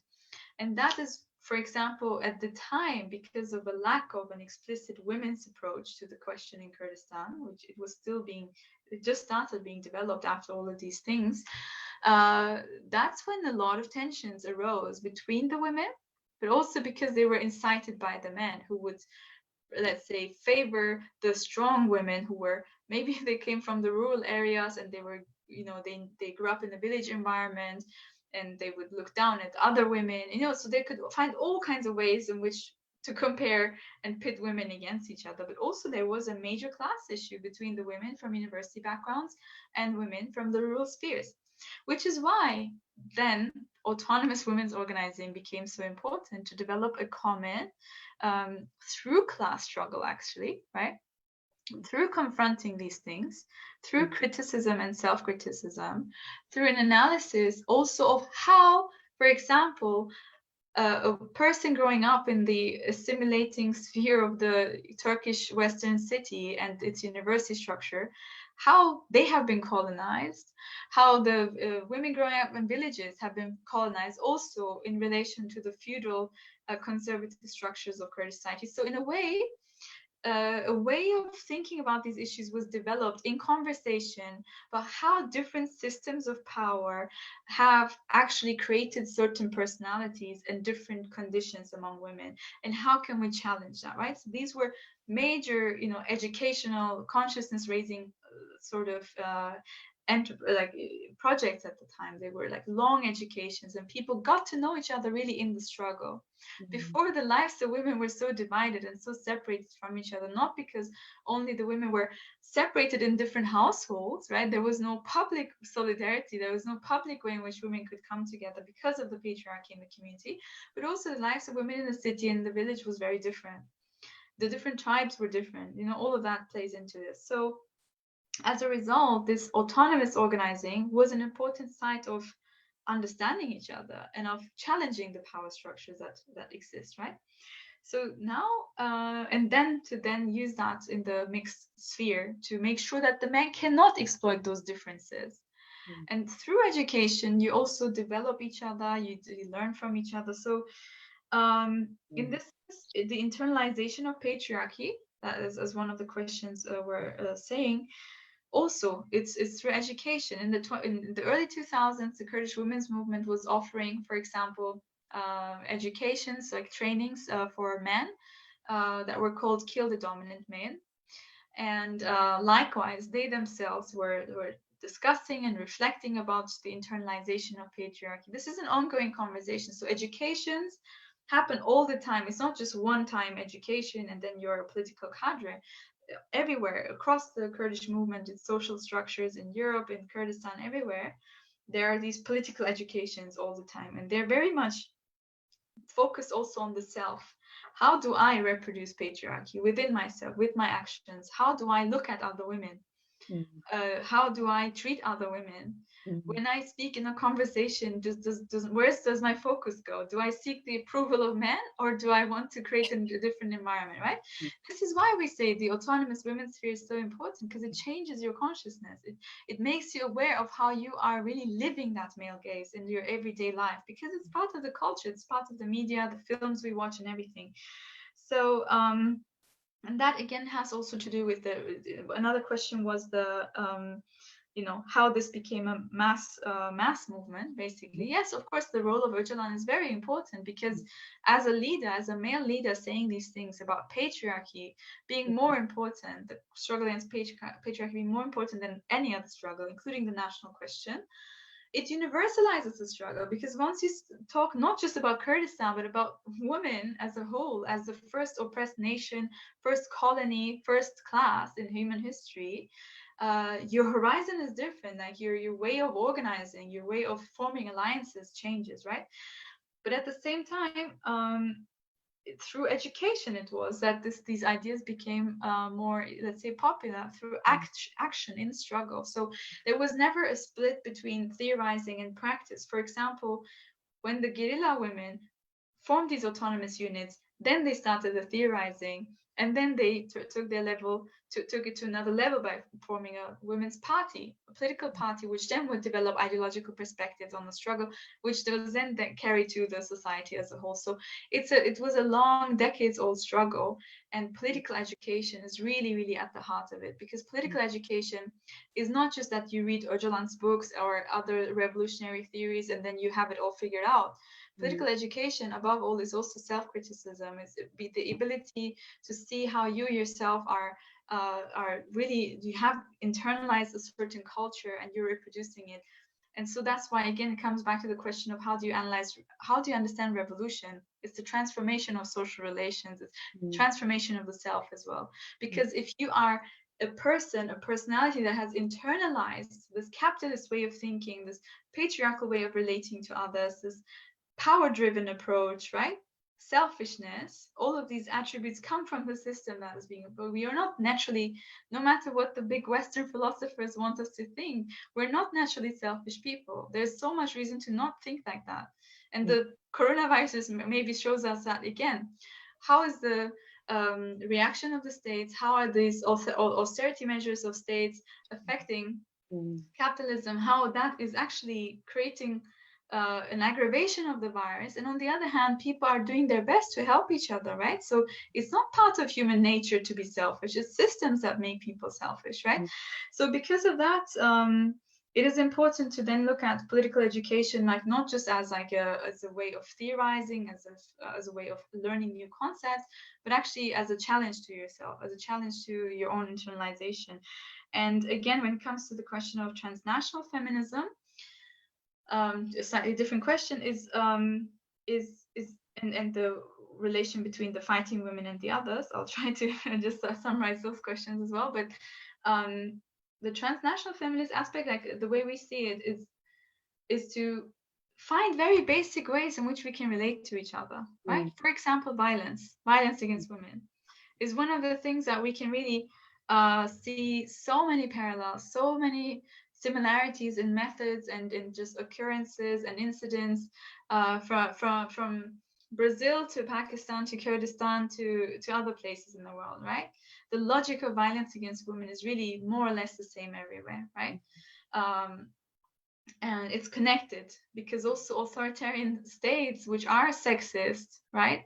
Whether it's Modi in India, whether it's Erdogan in Turkey, whether it's Bolsonaro in Brazil, whether it's Trump in the US. I mean, many feminists have talked about how these states and heads of states use this very sexist language, very gendered language towards also their own communities, but also against their enemies, right? So they're all learning from each other. How come we cannot learn from each other, right? As the social movements, as the political resistance in the different countries that we inhabit, how can we find common vocabularies, right?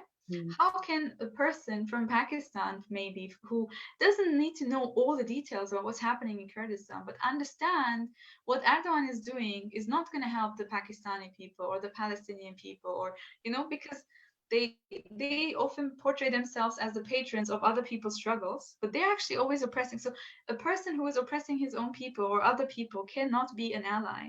And all of the social movements must understand that. And we, especially as women, we should know this best, because we suffer the most from these governments and states and political parties and so on, right? Even from our own comrades and our family members.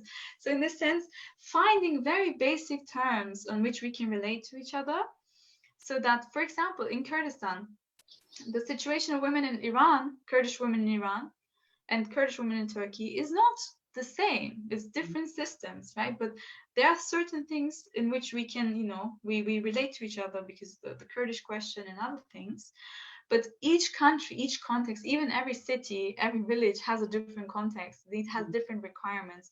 And that is the logic of confederalism, which is why we say democratic autonomy means a specific understanding of your own conditions, not a grand theory of revolution, which again is a very patriarchal thing that many communist and socialist movements today are still doing, right? This world needs to be liberated. How are you going to liberate the whole world if you cannot even liberate social relations in your own community, right?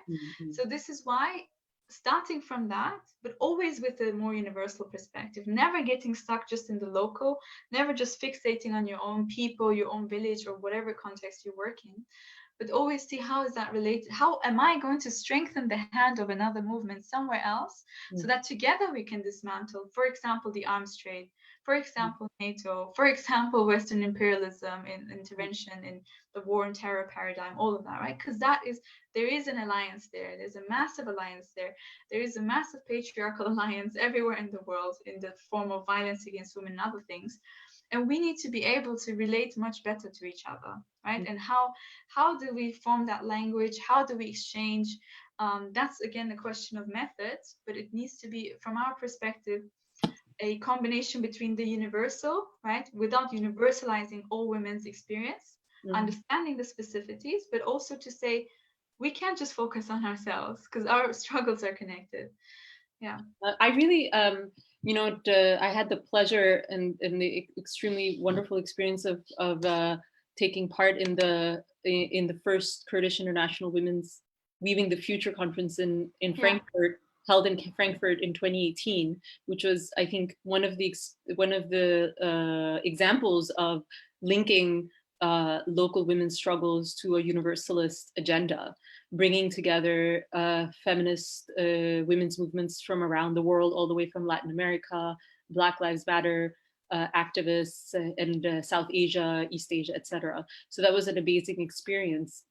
And just to sort of think with you then, as you're speaking about the interconnectedness, it just reminds me a lot of the Black anti-carceral feminist and abolitionist movements in the US, which also think it's important not to separate all of these struggles, that you can't really think of the liberation of women separate from the abolition of state incarceration and punitive measures. And one of the really, really important things that you're bringing forward here is how the liberation of women is also linked to the end of state and sovereign violence in that way, imperial violence, because in the context of Pakistan and the Afghanistan region in particular, there's been a huge co-optation of women's movements there. Laura Bush in the beginning of 9/11 saying that we're going to go and liberate Afghan women, and various kinds of attempts to co-opt women's movements, and also a sense too often among some groups in Pakistan that you have to, it's a choice. Either you violate women, or we continue seeing that, or you go and incarcerate or bomb somebody else. And never and really trying to split women's struggles from a struggle against military regimes, against capital oppression, etc.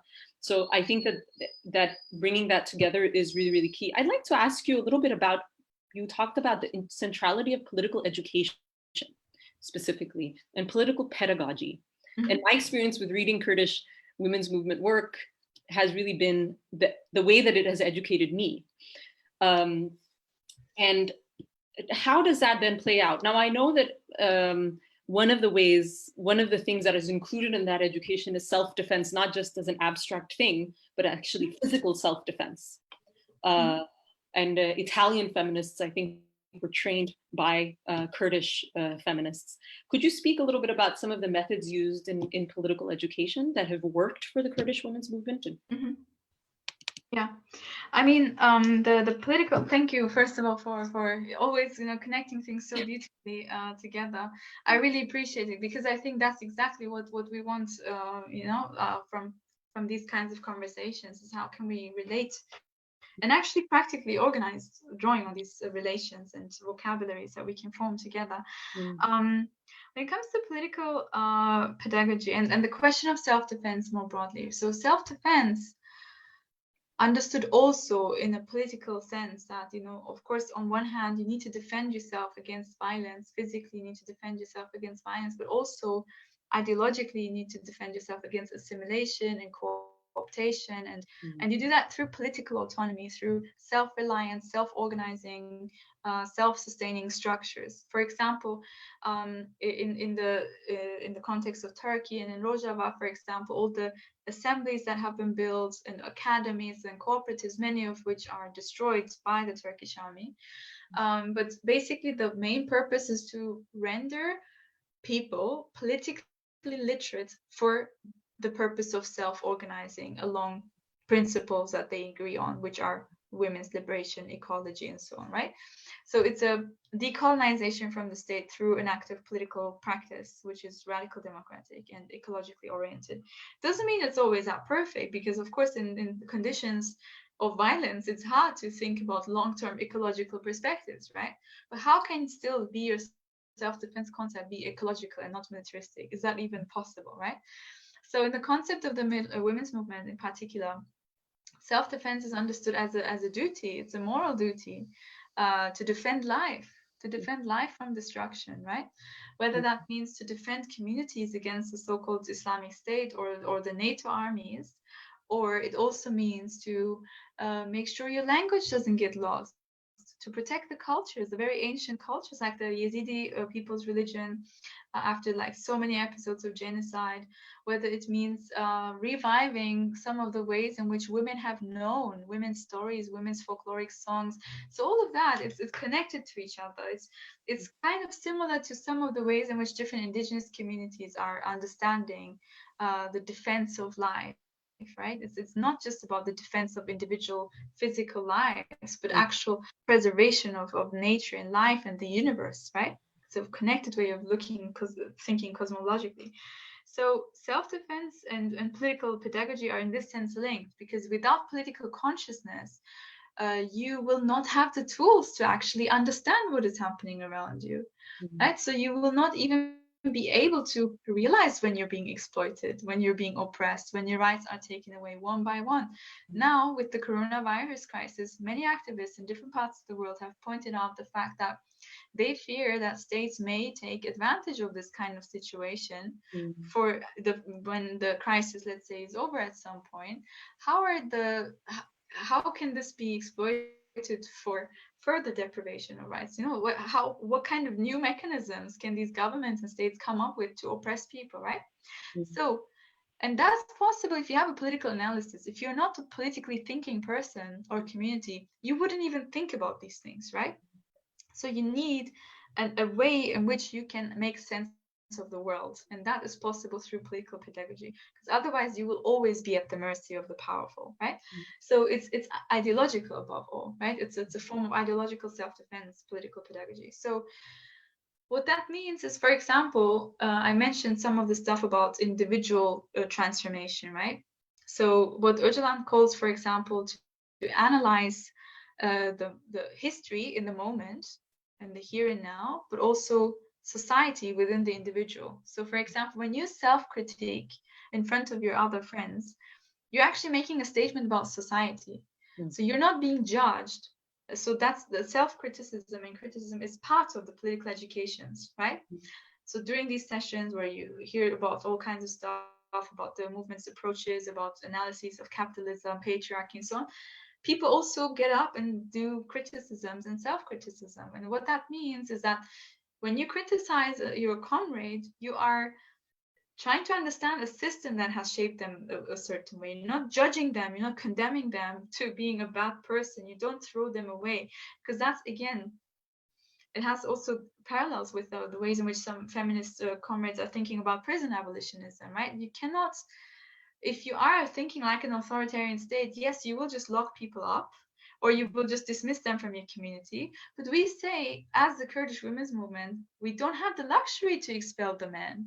We want to change them, right? That comes down to the question, do you believe freedom is possible or not?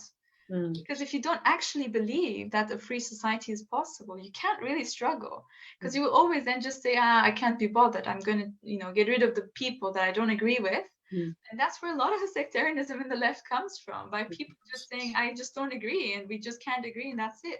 But we say the forces of democratic modernity must unite. They must find basic terms on which they can agree, and they can, of course, they can discuss the differences and stuff, but that's why personality analysis is so important, that you understand the system within yourself, and you what we often call to vomit the system out of yourself, to take it out, take all of the ugly stuff out of yourself, and to actually approach your heart from a different, to relate to yourself in a different way, right?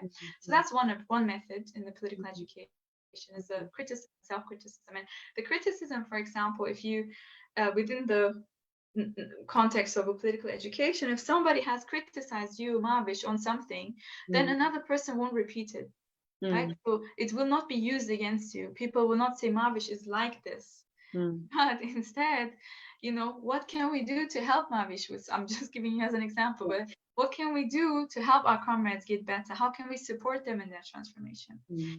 So pedagogical practice is also, it's a form of developing each other, the form of understanding each other, by saying this is not a fundamentally flawed person. There is a system through which we need to understand this kind of behavior, right? And then at the same time, of course, reading, learning from other struggles is very important. What we've been doing, for example, recently, you mentioned Afghanistan. We have relations with RAVA, with the Revolutionary Association of Women in Afghanistan. And we interviewed them, we exchange perspectives with them on how they analyze also, for example, the co-optation of women's struggles in Afghanistan and other things, right? So one part of our political education is also to learn from other struggles, to learn their methods, to learn their vocabularies, to educate ourselves on that. Another thing is, again, the actual political work.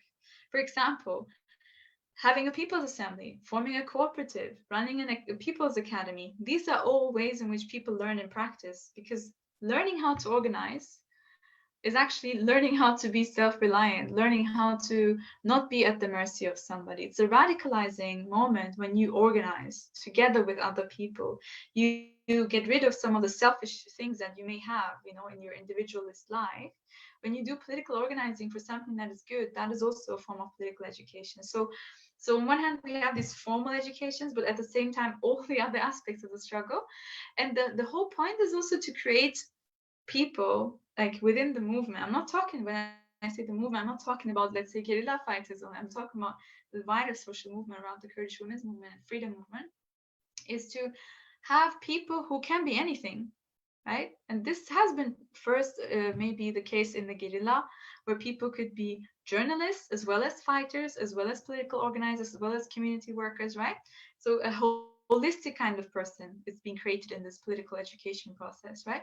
In Rojava, for example, in northern Syria, there are lots of examples of how the people's academies are open to all kinds of people from all ages. Women in their 60s, 70s go there. They learn stuff about ecology, but they've never called it ecology. They just have their own ways in which they have related to nature, and they discuss it there, right? So it's more of a deliberative exercise of learning to think, learning to actually articulate yourself, because we're people whose history has not been written, whose history has been taken away, who's never been allowed to even speak publicly about certain things, right? So even learning to talk, learning to think, it's all part of a decolonization process. But again, like the women's autonomy is part of the education also that the male comrades are, and these lessons are taught by women.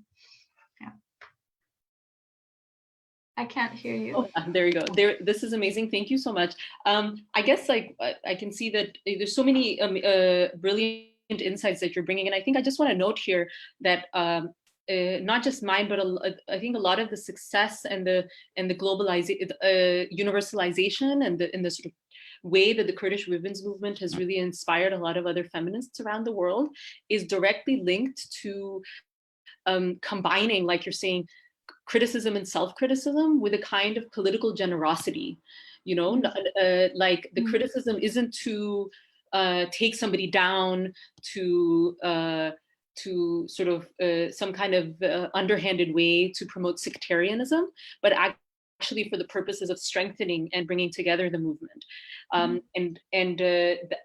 That's been both my experience, Dilar, with you and everybody. It's experience when they meet you, I think, the kind of political generosity, but also honesty and sharpness of your analysis, but also the experience at the, in Frankfurt with all of the women who had joined there, where there was a very open kind of sharing of experiences and criticism and self-reflection and self-criticism, but at the same time, a belief, that things can get better, that they are transformative.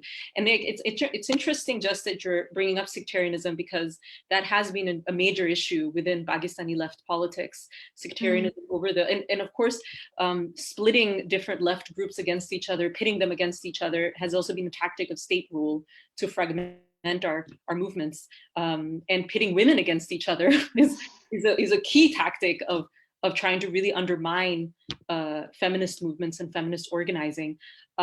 So the kind of the ways in which you've the Kurdish women's movement seems to teach us lessons of how to really move through that is good. In a sense, it's also moving away from a very hierarchical cult of personality male leadership model. And again, it reminds me also of how interesting it is. A lot of people are saying with the Black Lives Matter movement in particular, the reason that it has managed to sustain itself is that earlier, even though, amazing leaders like Martin Luther King and Malcolm X, when they were assassinated, that was a major blow for the civil rights movement, for that movement. Where now you can't really, the leadership isn't in any one place because it's decentralized. So you can't really, killed off the movement just directly. So it's a form of self-defense to decentralize, to not have that. I think just as I can see we have 10 minutes left, and there are lots of, and I hope everybody excuses me, I've tried to sort of summarize the various questions. From a bunch of wonderful comrades, which includes, Gohar Khan, who we started with, Aruj Aurangzeb, Zamia Rasool, Olivia, Zahir Bengal, I think, Aruj Aurangzeb, Fahad Desmukh, Ismail Swati, Ismail Baloch, Timur. I just want to mention, they're the kind of people who've been informing me with various kinds of questions, but I'm going to end with one from Olivia, I think, about the internationalism of the Kurdish women's movement, and you spoke about transnationalism. She asks, where are you at in terms of the internationalist Kurdish women's movement? What kind of cooperations and dialogues are in place? Also with women, for example, in Kashmir and Palestine and elsewhere who experienced similar oppression. And I also want to just add to that, like the Kurdish community, the Pakistani community is also actually spread across the world. It's inside Pakistan and it's outside Pakistan. And sometimes, they're class-wise, the sort of Pakistani diaspora / migrants are quite different, So you have upper class migrants in the US who are doctors, but you have working class migrants in places like the UK or in Europe. And, I'm sure you know about them as well. But some of the tensions that have existed is how you actually develop collaboration, left-wing, socialist, anti-capitalist, feminist collaboration across these divides. How has that happened now at the International Women's Conference in Frankfurt? It was the Kurdish community that hosted the guests, you know, so we stayed at your homes, which was a beautiful thing. But how has that how does that actually play out? How have you managed to do that, and how far is the transnational? How far do you feel like you're getting in terms of those international? So we'll do that, and whatever else you want to say. Okay. Great. I'll try to touch on the different things. So, I also think the question that you mentioned about like Black Lives Matter and other movements and the less, leader focus or that spheres, in a way that it's reproducible, so it reproduces its own activists, right, rather than the reliance on one important figure who then speak, and it's usually a male kind of macho figure, right, who gets to speak, who's charismatic, who has certain attributes, right, this very, like you called it, this very male idea of leadership. How can we actually organize in such a way that is, or it's built in, democracy is built into how we organize, right? So that it's not just down to certain people, and when they leave, it's all over. But actually, how do we put political education and other things as part of the political work we want to do, so that we always create new, and especially young people, to do the kind of work, right? And doesn't mean that they all have to do things perfectly, but actually that act of learning how to be politically active, the act of learning how to be millions of leaders together for the development of society, I think that's at the heart of the model of organizing, right? Which is why we say the radical democratic aspect is so important, and mechanisms like equal participation, equal representation, the co-presidency and stuff, they're mechanisms to learn a new form of leading, right? And Öcalan is, of course, he is a very, very, very prominent figure, but his books and his writing and his whole philosophy is about how to create a self-governing, self-determining society, which actually doesn't need a leader, right? So it's kind of a paradox in that sense. When it comes to the internationalism and where we are and the different forms of organizing, I mean, we are trying as much as we can. I mean, like I said, there's war in Kurdistan, so a lot of times the kind of strategic work that needs to be done cannot always happen because something new happens. Just in October, as I mentioned, 6 months ago, the Turkish army invaded. War is always on everybody's agenda, but still, we say it's not a luxury, it's not some fun activity that we do. It's actually, for us, it's a matter of life or death to connect with women around the world. It literally is. So we have lots of relations with different groups because there's a large diaspora Kurdish community in Europe. We have relations with different women's groups, activists, individuals, but also organizations with whom we commonly. So one thing that we try to do is not to just talk to each other, but actually do things together, actually organize together. Organize events, demos, rallies, political educations, collective activities together. How can we learn? And Angela Davis she once said in an interview, feminists often talk about intersectionality, right? But we need to look at the intersectionality of struggles as well, right? How can the struggles actually enter conversations and be analyzed together, right? So in this sense, we have that, but at the same time, in the Middle East region, the Kurdish women movement based in the Kurdistan, Middle East, is doing a lot of work with women in the region, trying to get in touch with them, learn together, do things together. In Latin America, we have comrades who've been really active in, getting in touch with feminist groups. So, I mean, it has a little bit to do also with where we are, because when there's no Kurdish women, let's say in Pakistan, it happens, through diaspora stuff. But I mean, that's not what we would desire. Ultimately, we want to actually physically meet and learn together. And we are, for example, we have relations with like Palestinian women, with women in Egypt, in different parts of the region in general. Especially the region is the most strategic for us, of course, the Middle East, because that's where we want peace and justice for every people. But yeah, so the kind of collaboration has it's various. It's on one hand, it's political organizing, it's theorizing together, it's struggling together, and that's what we want to do. That's all. That's where I can end, I think, is to say, how can we as women's movements learn how to, for example, in the Frankfurt conference that you mentioned, the hosting of the guests who came from all over the world was done by 3-4 local Kurdish women's assemblies in Offenbach, Frankfurt, and so on. They had organized it. And this is one way in which we say, look, the local communities just in that one part of Germany hosted 500 women who came from all over the world. And that's for us, in a way, it's an embodiment of how we want to organize, that we don't talk over each other, we don't erase each other's differences, but we know ultimately we have one common enemy, and the patriarchal violence and fascism that we're subjected to. It's what Argentinian women, for example, say is like not one less. Like, we cannot afford to lose one more woman, one more comrade, because yeah, and it's above all, it's connected to the belief and determination that this is not the kind of life we need to accept. Another life is possible, and we need to start with ourselves. Yeah. And I just want to say also, like, I have so much respect for the struggling women in Pakistan. It's not just me, of course. I'm talking now as an individual, but I'm talking also from the perspective of the women in Kurdistan, the courage with which women in Pakistan are facing all kinds of violence by the state, by different global forces, by local groups.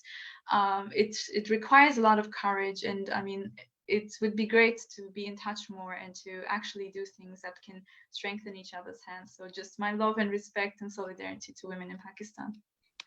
I am also receiving both from myself and then also from lots of the women in the Women's Democratic Front, a huge thank you, lots of love and respect to the Kurdish women's movement, and solidarity from the Women's Democratic Front and women organizing, socialist women, anti-capitalist women organizing there.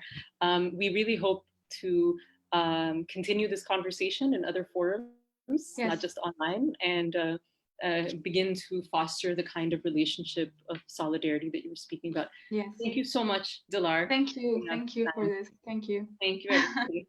All right. Bye. Bye. Bye.